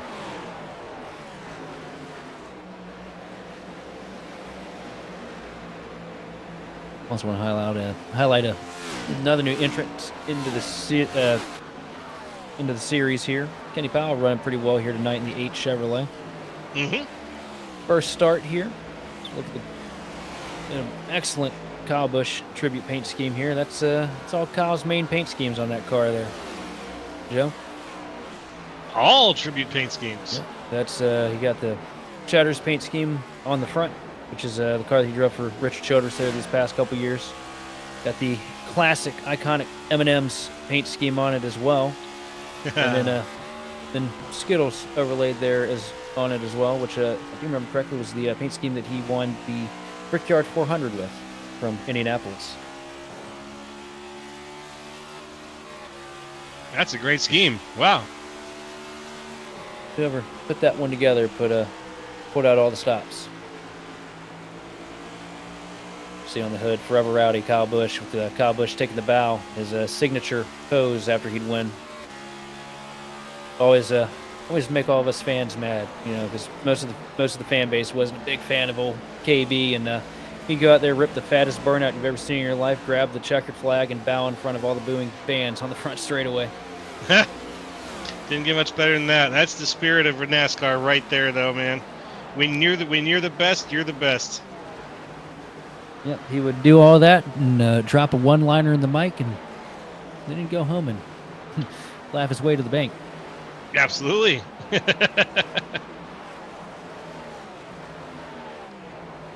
He was a hell of a driver and a hell of an influence on a lot of racers and a lot of people coming into the fan base. On the industry as a whole, too. There's so many people in the industry that, you know, have jobs or in positions that they're in right now because Kyle Busch took a chance on him and said, hey, I want you to come work on my truck team, or, you know, point somebody in the direction of someplace they need to go. You know, there's not a lot of guys you can really say that stuff about. Very hands-on all the way throughout his career. So look at Paul Hill right now, a little bit further in the back right now. Going toe-to-toe here, trying to get past the 54 machine of Randy Mullins. It's been a good night here for Paul Hill as well. You know, this is what he needs. Running well in the points. It's been a good season. He's got a pair of road course wins under his belt. He needs to get out here and really get good, clean finishes here on these mile and a halves, these intermediate tracks, because they've, you know, he's had success on them, but he's also had weeks where it's just been really flaky, hit or miss, it feels like. But, you know, if you're trying to maintain a good points gap here, this is what you need to do. Just get out here and run as best you can and bring the car home, most importantly, in one piece. And he's done a good job at that all year.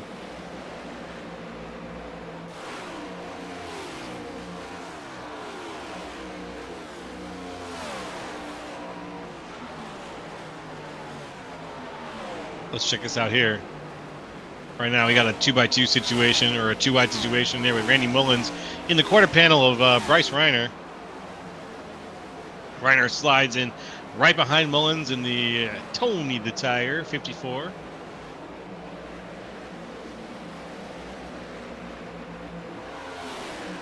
But it looks like he's not giving up the fight. Bryce Reiner moving out there, trying his best to get out and around, seeing if he can find a way past Randy Mullins to take that spot. And now here he comes high on the outside. Not enough speed, unfortunately. He's going to fall back just a little bit. He's a little ways ahead. The two of them battling it out ahead of Austin Edstrom, who's about a half second behind. Raider up to the top of the hill again here in 3 and 4, waiting for the car to roll over the bump, gets the rotation now, close up to the back bumper, the 54 machine of Mullins. Mullins doing a great job holding on here, tries to shut the door in his face here coming into turn 1. Rayner going to shoot for the outside lane again through turns 1 and 2. Up to the outside, trying to get to the quarter pound, pull a little bit of side draft on the 54 machine. He's going to get the job done. Good launch down the back straightaway, and Bryce Rayner ahead and away up to 8th position here for the 22.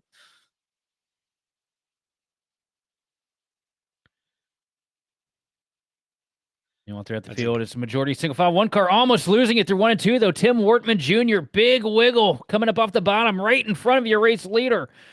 Conti going to be able to clear the 28 machine with ease here as he chases it down to the bottom of the hill here through 3 and 4 to try and build an advantage on the lap traffic. Wortman Jr. currently running 19th, just about saw the car backwards into the fence, able to get the thing gathered back up, makes it through the next set of corners without any hassle. As he sends it back down to 1 and 2, hoping it doesn't happen to him again.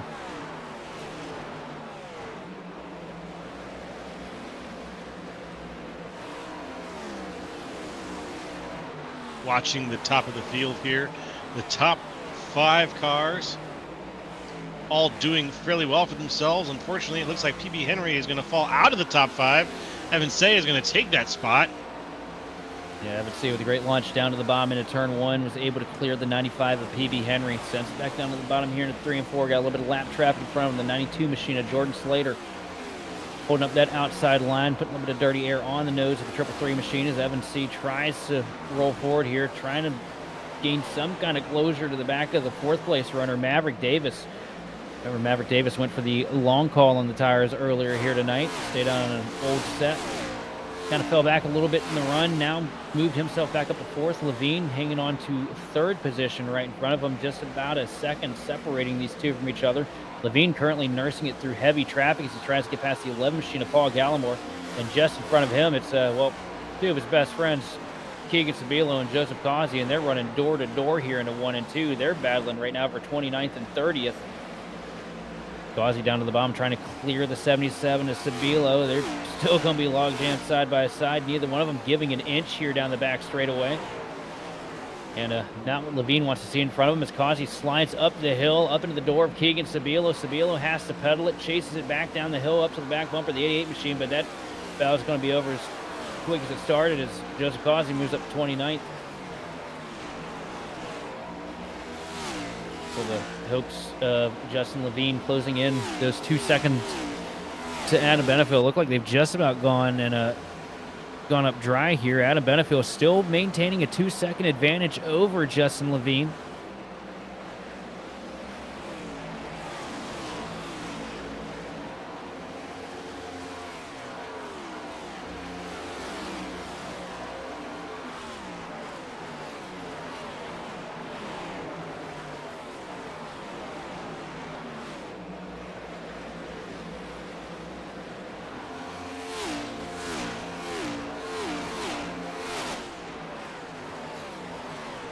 I gotta give a shout out here too tonight. A lot of big movers in this race. Michael Conti obviously started tonight 34th, moved himself up to the race lead here, has been dominating ever since. Back 3rd place, Justin Levine started 35th. He's up to 3rd right now. A little bit further back, sitting in 10th place right now. Paul Hill up from 36th to 10th. 11th place is held by Austin Edstrom, who is charged from 37th to 11th. So a lot of big movers here tonight at a track that's notoriously been known to be one of the more difficult intermediate tracks to make and complete passes. So these guys here, they've all kind of figured something out that some of the rest of them haven't, and that's just all about setting up the corners and setting up your passes and charging your runs. It's been a good night for quite a handful of them.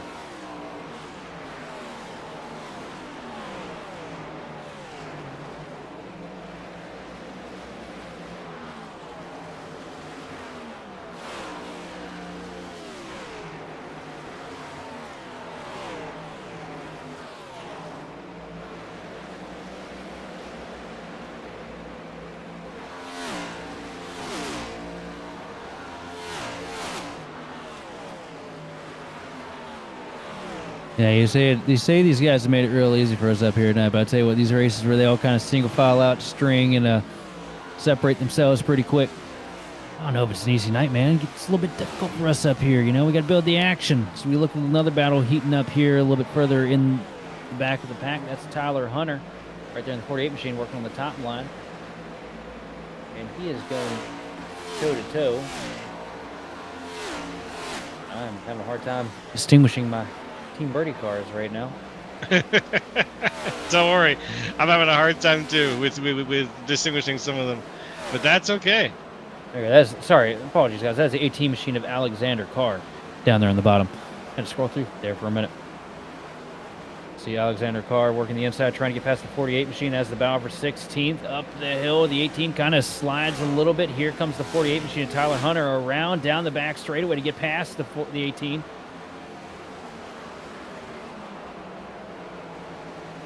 Quiet night here for Tyler Hunter. Been running pretty competitive lap times, just not able to find the track position they was necessarily hoping for, but keep the car in one piece, especially when you're running in a log jam of traffic from green flag to checkered flag it's kind of a win on its own, especially when they're as competitive as they are here in the OB Builders Cup Series. Mm-hmm. Yeah, no, a win of its own. It's a good way to put into its own category a little bit there. This is as good as it gets. I'm gotta say, this has been an impressive race. Out of a full field, it's been a very, very impressive race. I'll say one thing: 9th through 11th, they've all found each other, and they're all within a 10th and a half right now. Randy Mullins trying his best to hold Paul Hill at bay. Paul Hill sitting in 10th right now, trying to figure out a way to get past the 54 machine, trying to get past him so quick, because he's got Spaceman himself, Austin Edstrom, breathing down his neck here. We look out the rear bumper of the Frosted Flake Chevrolet down into 1 and 2.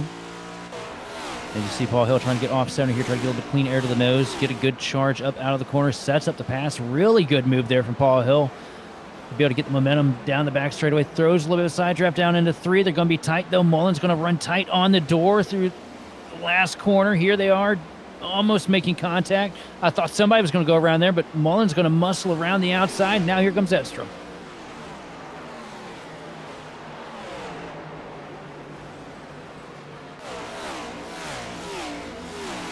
Looking through the center here, watching Paul Hill get passed up by Austin Edstrom. Hill down to the inside, maybe trying to restore some dignity there, but he's not going to be able to, unfortunately. He did get past pretty cleanly there. Austin Edstrom now moving forward. He's still a lap down, but he is going to go ahead and move ahead of Paul Hill. Edstrom working the outside lane here through 1 and 2, trying to find a way past Randy Mullins, able to clear the 26 machine of Paul Hill down the back straightaway. Edstrom ducks it to the inside now on the 54 machines. We look a little bit further up the field here. The 6 of Brandon Pasalacqua as well, trying to make a pass here. Edstrom got a little bit tight there on the bottom, trying to get past Mullins. Going to have to go back to the drawing board on this one. Cross the start finish line, though, down to the flat. Here comes Pasalacqua. Remember, Pasalacqua sitting up there in that top 5 in points, still has an opportunity at bringing home a championship. Just has to run better than Paul Hill week in and week out. Good launch through 1 and 2, but it's not going to be enough. PB Henry's going to work that outside lane to carry the momentum down into 3.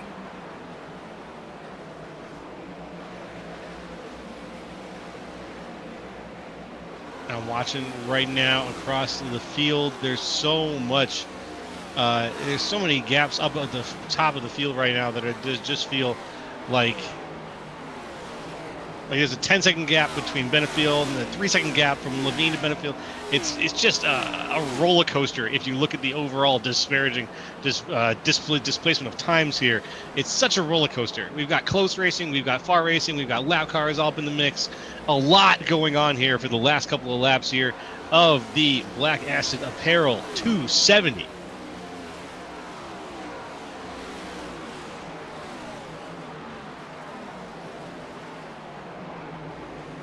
Currently, it's not a glitch on the leaderboard that you guys are seeing right now. Michael Conti has driven 10.6 seconds away from the field here. And the field being second place runner Adam Benefield. Benefield trying to do anything he can to ruin that machine in front, but it's just not happening right now. Conti has put himself in a league of his own, which is what we were kind of expecting when we saw him on the grid here this evening.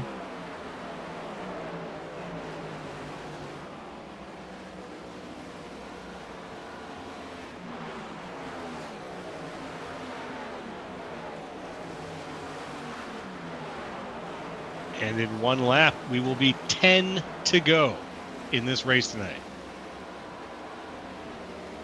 Coming up to the end of things here. What a lovely race we've had so far, folks. Thanks for watching it and sticking it out. And I hope you're sticking it out to see the big finish when I think we're going to see Michael Conti go flying across the line. But, 10 laps still have stories to tell. The laps ahead still have stories to tell. So let's stick it out and see what's going to happen. Battle for ninth place is still not over either. You see Edstrom hounding the back bumper of the 54 machine of Randy Mullins here down the back straightaway. And how about this is for recovery for Randy Mullins too? Started this race from pit road, had a hold penalty that he had to serve before this thing kicked off here tonight. I figured his race was over when I heard that news, but Mullins has done such a great job carving through the traffic, playing the strategy to his favor. He got up here because he decided to stay out when everybody pit there on that first caution, and it has worked like a charm. He's been able to maintain track position. It's not a fluke at this point. I mean, he's gone up against some of the best here. He's been able to keep that car in that top 10, and it's so difficult to do, even, if you do stay out. I know that we talk about clean air being king, but it looks like Mullins has a lot more behind the wheel than we expected, as we see up here for third place right now. Maverick Davis has caught Justin Levine. Now they're going to go toe-to-toe down the back straightaway. Levine just a little ways ahead here, high on the outside. Davis down on the inside in the 15. Both Team Conti cars, but they're going to be driving right now like rivals. I'm certain of it. Let's just see how hard Davis wants to drive on Levine. If he wants to try to get past him. Ooh, little shunt, little love tap there from the Chevy to the Toyota. Yeah, it's right here. There's two guys that drive for the same stable when it comes to A-Open and NIS, and it's two guys, too, that are not afraid to get under each other's skin. Both really good friends off the racetrack, but behind the wheel. I mean, Levine's going to drive as hard as he possibly can to try and hold you back. Maverick Davis, he's not afraid to throw you a fender to get you out of the way if you start bothering him too much. So this right here, this could be a battle to keep your eye on.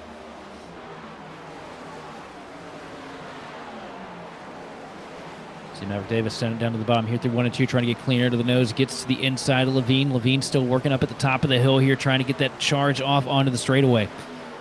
On the backstretch, Levine pulls ahead by a fender down into turn 3. But here comes Maverick Davis, sends it deep up the hill. Is going to loosen the nose a little bit, though. Has to pedal it to avoid getting into the door. The 19, they come off turn 4 close, but Levine still up by a nose here at the line. And it's been nose to nose for the last 4 or 5 laps for these guys. Very, very intense racing tonight here at Nashville. And this is a perfect example of it. Side by side, trying to copy each other's line, copy each other's moves, just to survive these turns just that little bit better. And these are two of the cars that have done some of the fastest racing tonight so far. So learning from each other in the process, amazing. Levine came down, took a little bit of the air off the side of the right side of the 15 machine, and Maverick Davis had to pedal it to avoid losing it. Here comes Davis, though, sends it deep into one, tries to get to the bumper, but Levine able to pedal it through the corner. Davis up the hill, though. Car got tight in the dirty air. He's going to lose a little bit of time here.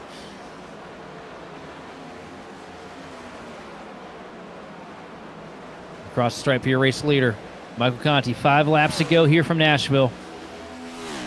A dominant drive. Started this thing off at 34th. Had to charge through the entire field to get up here, and once he got up to the front, There's no relinquishing it. That 38 machine has just had something else underneath the hood, and he has just driven an elite pace here tonight from Nashville. Comes out turn 4 to take us to 4 laps to go.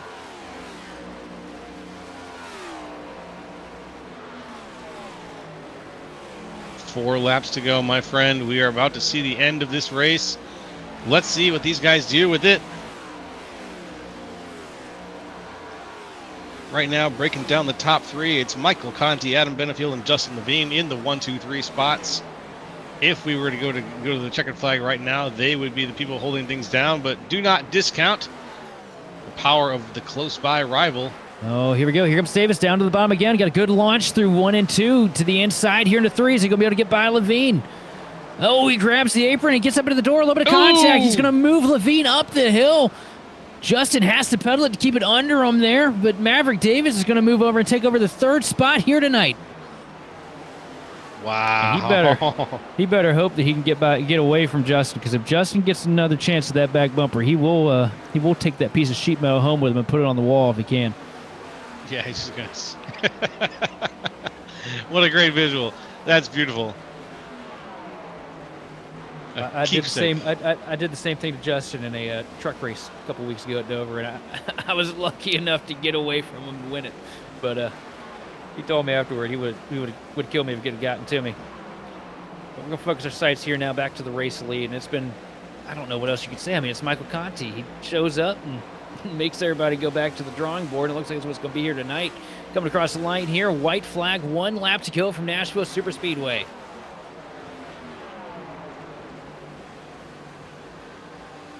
White flag is out. Take it away, Sheldon. It's been a championship performance here from Michael Conti, and what we're used to seeing out of this cat. Led just about everything he could here tonight. Up from the tail end of the field through 3 and 4 here for the final time. Beautiful. Chasing up here, up to the wall, and to come across the start-finish line to bring home the checkered here in the Music City, and the Black Acid Apparel 270 is going to go to Michael Conti. Taught them all how it was done from the bottom to the tippy top. Crossed the entire field fast and early. Found a dominant position just before we hit that 100-lap mark, and then just made it sing for the rest of the race. Really, really well done, Michael Conti. Stellar night for Michael Conti. Gets the job done here from the tail end of the field. And everybody over the radio right now giving congratulations to the eNASCAR champ. A bit of a door bang here from Adam Benefield. It was a great night for Adam as well. Was able to bring the car home in P2. And it's a Team Conti lockout on the top 4 here too, by the way, guys. I want to run those things through tech another time after we're done here. You see Michael Conti burn it down the front stretch. Run them through tech another time. Right? With a 4-car lockout, yeah, it's that's just good optics. I mean, look at this. Look at that. TCSP written across 3 of the cars. For whatever reason, Benefield decided he was going to bring it down pit road and send it behind the garage instead of get there and get to be a part of the team win photo. Oh. I guess his old man bladder was getting in the way there. Must have. Tiny little thing. Let's look at the race results now, folks, as we break down how things went. Michael Conti won the race with Adam Benefield in 2nd, Maverick Davis in 3rd, Justin Levine in 4th, Evan Say in 5th, Bryce Reiner in 6th, Brandon Pasolacqua in 7th, Randy Mullins in 8th, PB Henry, after a great drive, unfortunately fell back to 9th and maintained that single-digit position, though, and then Paul Hill in 10th. Also, congratulations there to Randy Mullins, too. Not only did he come home in 8th after a great call with the strategy, but also ran the Team Birdie fast lap of the race with a 29.788. Coming home in 11th place, Austin Edstrom up 26 positions from where he started on the grid. Luke Christian comes home in 12th with Shane Clore in 13th. 14th place goes to the 50 machine of Josh Schaffner with Thomas George in the 99 coming home 15th. 16th position tonight going to be the 48 machine of Tyler Hunter with Alexander Carr in 17th. 18th goes to the 28 of Tim Wortman Jr. with Jonathan Duncan and Kevin Zosiak running out the top 20. Moving on, Greg Carr in 21st, Kevin Ruff in 22nd, John Binder 23rd, Kenny Powell making his debut in 24th, Chad Kibbe in 25th, Jose Medina 26th, Mark Sanchez in 27th, excuse me, 26th, Mark Sanchez, 27th, Joseph Causey 28th, Chris Davis 29th, and Keegan Sabilo in 30th. Coming home 31st, going to be the 11 machine of Paul Gallimore with Keith Long in 32nd. 33rd goes to Michael Figueroa with Jordan Slater coming home 34th. 35th place goes to Chad Sander with Brian Johnston in 36th. DeCiani coming home 37th with Daniel Wallace, Patrick Gitter, Chris Hudson, and JC Gibson running at the 41-car field here tonight from Nashville. All right. Fantastic. And now one of my favorite parts, and I think a few other people too, maybe, we are going to talk to some of the racers that went around and around and around, and we are going to see how they enjoyed the experience of Nashville tonight. And so I think that means officially we're going to start with Maverick Davis. Maverick, can you hear us okay? Yeah, what's going on, guys? Oh, we're doing great up here in the booth, but watching you race tonight, man, you had it locked down for a little while, but then it looks like your teammate came by and said, "Can I take the lead?" Yeah, well, I saw Connie, making his way up the ladder, and I was like, yeah, he's gonna pass me. Dude's the GOAT. I mean, come on. So yeah, I saw him coming, and I'm like, okay, and then we got that caution, which I wasn't too thrilled about, and then literally the entire field went down. I'm like, okay, I'm screwed. Managed to hold on to pace, somehow. I mean, caution helped to bring the temps back down, and just, staying smooth and locked in, just trying to keep pace, and ran a really good race. I really did not expect everyone to go down after 5 laps of, on them tires. I was not expecting that whatsoever, but not too bad though for a first race here, and definitely a lot of fun. 200 laps. That was the most fun I've had in a long time. Oh, that's great. That's what we like to hear, man. That's what we like to hear. Well, from our point of view, you put on a hell of a show. You had a great drive, very dominant racing tonight, and everybody from Team Conti, you guys were really, really confident drivers out there tonight. What was one of the well, you just mentioned a few of the challenges there. What was your favorite part of the race tonight?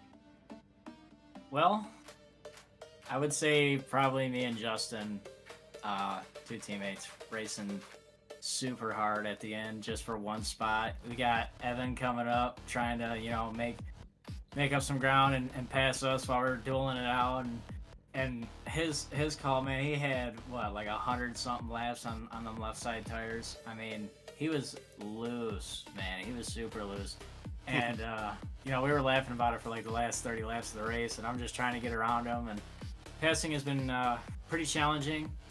And, kind of did a little bit of, little rub in his racing action. But overall, I mean, the whole race was really solid. All right. Was there anybody you want to thank or shout out for your great drive today, my man? I definitely see the time that we put in, the setups, bringing these out for everyone to enjoy. And the Connie boys really helping me out just to better my driving, not just being fast, but also trying to help out with the mental game, making the right decisions where we can, and also you guys bringing us this wonderful broadcast, and as well as everyone in the admin team here bringing us this amazing league. I mean, this was just phenomenal racing out there. All right. Well, thank you, my friend, for your drive, and hopefully we'll see you move up a few spots next week. You looking forward to it? Oh, absolutely. All right, Maverick. Well, thanks for joining us up here, and we'll talk to you then, hopefully. Okay. Yep, sounds good, man. Appreciate it. All right, that was Maverick Davis, 3rd place. Sheldon, I'm going to pass it over to you. With 2nd place is Adam Benefield. Why don't you go ahead and take it away? Oh, man, you're going to put me up here with Benefield, man? We're liable to get ourselves in trouble here, but sitting here after a hard-fought 2nd place finish tonight from Nashville and majority green flag race. First off, Adam, how you feeling, buddy? A little pissed off, if you want to know the truth. I mean, Last season of Conti's last season in Coke, we sent here for a week just at this racetrack, and me having to teach a damn Coke champion how to drive it, and I teach him, and then he kicks my ass by 12 seconds. So I'm done teaching. So no respect for the elderly over there on Team Conti, huh? I'm older than him. What are you talking about? That's what I'm saying. Oh man, yeah, I yeah, know hell that. yeah, hell yeah. That's right. I'm with you. Man, how you going to work that out? What's the plan with that? You're not going to bring Wreck out the belt again, are you? Wreck him. You Wreck can't him? beat him. You just gotta wreck him. I mean, it would give us more to talk about up here. He kind of stunk up the show here tonight. I figured you'd go out there and outsave him. There's a couple laps where you were really flying compared to him. I guess you burned it up a little too quick. Dude, I don't know. Honest to God, like the car was good. I mean, when you're going against, like, all joking aside, when you're going against somebody at the caliber of talent he has on the sim, like on the same setup, like it really shows you, you suck. And that was me tonight. Like like I was struggling, and I fired off, and I didn't really feel like I did anything any better. And we were kind of talking back and forth, and it was like I was better in 1 and 2. Like you could visually see me gain on him in 1 and 2, and then he would just kill me through 3 and 4. So, and then by the time I finally pieced it all together and listening to what he was saying, like he was already out of touch, and it was over with after that. But no, like you got to race him when he's, about to pass you, and you just got to throw the kitchen sink at him. And I planned on doing that, and I just never got the opportunity to. So after a hard-fought finish here tonight, though, and a lot of pace, it looks like, is in that machine that was beneath you tonight. You don't get to see you tomorrow night on the NIS coverage. No, we got a league race I got to do. I'm tight in the points with it, so I gotta do that. I did NIS Wednesday night for the first time in quite a while, and found out that it's exactly the same as it was when I left NIS a while back. So I'll be sitting that one out. Back on vacation, I take it. Yeah, for a little while. I don't blame you, but also I do have to say though, if it's a grid and it's if it's a league and it's not on grid vision, it doesn't count. It's not real. I agree. But I just hate to break it to you. You gotta go with that one and do what you will. But to round things out here tonight from what's directly been in front of us, how you feeling about your chances going into Michigan next week? Yeah, I mean, Conti's on a roll right now.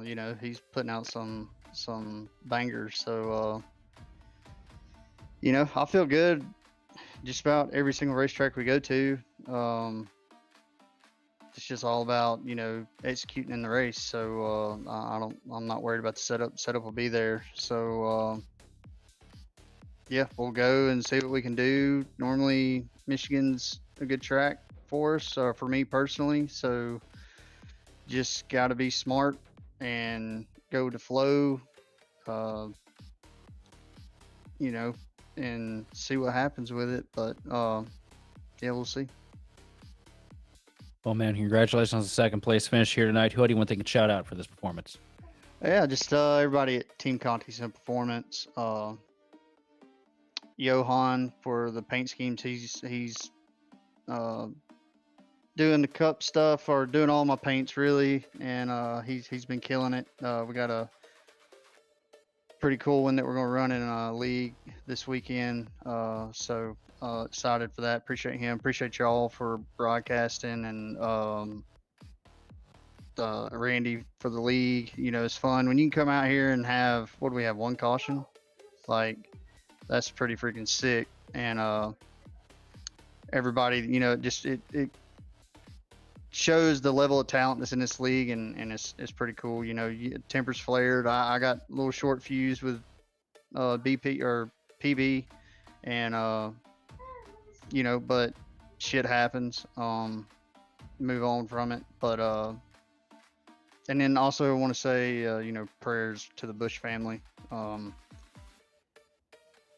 That was unexpected, and praying for everybody over there for that. Did I say thank you all for broadcasting? Did I say that? Well, you did now.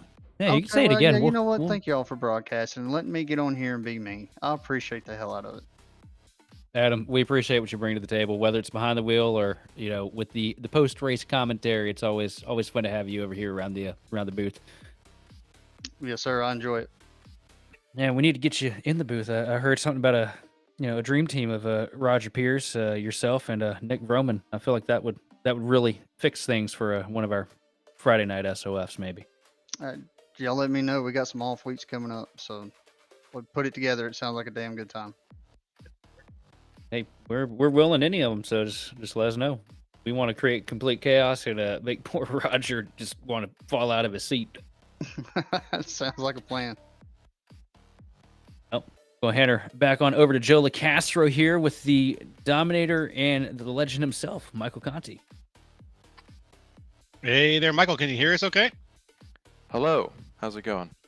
Hey, I'm doing pretty good up here. Doing pretty good, but I think you're doing a little better there, champ. You managed to show up. This was the first time that you raced in this league, and you come in screaming like a bat out of hell. Yeah, I've been a big fan of this league for a couple of years now, and I like what Randy and the team are doing with it. And I did a race, I think it was last year at Richmond, and that was among A Opens and NIS races that I had tried to compete in that week that had like 20,000 cautions. Then I came out to the OB race, and I think we had like 2 cautions in 200 laps. It was incredible. So I had a lot of fun there, and Randy's been gently reminding me that I should come back and do a race or 2 this year, and he reminded me again this week, which was great timing because I love Nashville. I love how this car drives around here with the new package, and yeah, I think we've got a really good setup this week as well, which always makes it fun. So yeah, tonight was great. I really appreciated it. Everybody did a great job. 1 caution over 200 laps is incredible because A Opens and NISs, again, like Richmond, have been shit shows. So it was a nice change of pace, and it was just great to challenge the car and challenge myself and see what we had over some long runs. And I think, as you could tell right there, we've got a great car. It's super capable, and I'm proud of the win. I'm proud of what we're doing with our customer base and what we're providing them. And I hope after tonight, they can kind of look to that and say, okay, that's the benchmark. Let me go strive to do that. And that's ultimately, why I'm here and what the goal of TCSP is. Excellent. Hey, well, it's great to have you here. And yeah, 1 caution over 200 laps. That's something to be said here about the whatever's in the water at OB Builders Cup Series. it's something special, and it's great to have drivers like yourself also come out here. I gotta tell you, I gotta ask though, is there any truth to what Adam Benefield said? He said that he taught you everything you know about driving around Nashville. He did, actually. That's the one. This is the one track where he actually taught me something. Usually it's the other way around. But yeah, the last year of the Coke Series was our first year here, or maybe it was my second to last year. I don't know. But I'd never driven here before, and I was just overdriving the crap out of the car and falling off a cliff on long run pace. So he taught me how to save some tire here and just drive a little bit more within the limits of the car, and I've taken that since then. And I was actually impressed when Adam was behind me on the second to last run, and he was running me down. I thought he was gonna eat me up long run, and then I started moving around, and then I think maybe I actually had more long run pace than him, which is kind of crazy because usually he's like the long run king. So yeah, that was a nice surprise. I felt really good about it. I don't get to race as much as I'd like to anymore because most of my time is just running laps, prepping the setups. That's the mundane part of doing setups. But I mean, obviously that's where I'm needed most, and I'm happy to do it. But again, great to come out. Appreciate Randy, everybody who puts on the league. Thank you guys for broadcasting it. Great change of pace, breath of fresh air, and as time allows, I'll definitely be back for more because it was super fun. You've already answered my last question. I'm going to ask it though real quick. When are we going to get you back out here in OB Builders Cup Series? I love the short tracks, so I don't really know when the next one is, but if you give me a short, flat track and the schedule's open, I will definitely be here. All right, my man. Well, thank you very much, Michael. Everybody, that was Michael Conti, first place finisher here tonight. Michael, thank you very much for your time, and hopefully we'll catch you up here in Victory Lane very soon. Thanks, man. Appreciate it. Also, I can tell you when the next short track's going to be. Just give me 1 second here. Oh, here we go. Sheldon Atkins with the save. Yeah. Oh, yeah. I got this. Well, we do follow the NIS schedule, and I do believe it'll be the Iowa week in August. Okay. Well, I will be there, so we'll see y'all then. Looking forward to it. There you go. All right. Looking forward to it as well. And that will bring this race to its natural conclusion. What a fantastic time. Well, a fantastic time we had going around. But here on the screen, folks, you'll see next week, Michigan International Speedway. Be like Biff. It's going to be 130 laps here on Grid Vision from Michigan next week. That's June 4th at 9 p.m. Eastern. So the OB Builders Cup Series. Looking forward to having you all there. Everybody watching there tonight. Everyone who was watching tonight, it was great to have you in the chat. Saw a lot of chat participation tonight too. Great to see it. Sheldon, how about you? How you feel? I was about to say, it felt like you're about to shut the door in my face there, man. I was about to get upset. First thing I say is, be like Biff next week too. Definitely a representation of Greg Biffle's sheer dominance that he had at Michigan. It felt like every year that they came there in the Cup Series, Greg Biff was the one to get the job done. So nice, fitting tribute for the Biff next week. Looking forward to that. And tonight, I mean, we saw what we see every week with the OB Builders Cup Series. We saw good, clean racing. Only one incident tonight. And outside of that, everything was pretty much A-okay. Just a nice, calm race here from Nashville SuperSpeedway, and a dominating performance from Michael Conti. And just a lot of fun to watch up here in the booth.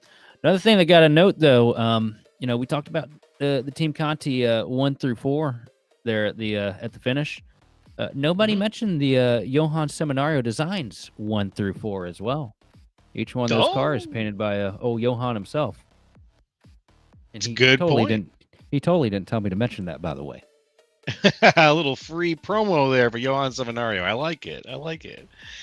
And well, you know what? They all looked good. They all looked pretty fantastic there. So hard to deny the results of that when you've got them all lined up and looking really good there at the finish line here at Nashville, here in Music City. But is there anything, any other final thoughts you got there, Sheldon? Or are we ready to head out here tonight? Tell you what, man, I'm excited for Michigan.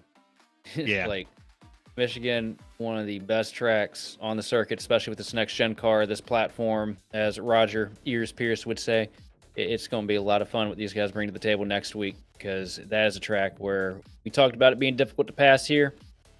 It's difficult to hang on to position when you go there. Interesting. Okay, a bit of a different problem. We're going to get to see how those problems play out next week here on Grid Vision, everybody, on the OB Builders Cup Series. So, from the entire Grid Vision team, we want to thank you for watching and participating in the chat, folks. For more information on getting your league broadcast or supported by gridvision.live, please contact us on Facebook, Discord, or info@gridvision.live if you want to use email. Special thank you goes out to Andrew Cardinal IV of Whiplash Simcams, who provides all of the beautiful cameras we use on all of Grid Vision's broadcasts. And congratulations once again to Michael Conti on winning tonight's race from beautiful Nashville SuperSpeedway. This has been Joe LaCastro, Sheldon Atkins, and Austin Derbyshire. And hey, we'll see you next time on the grid.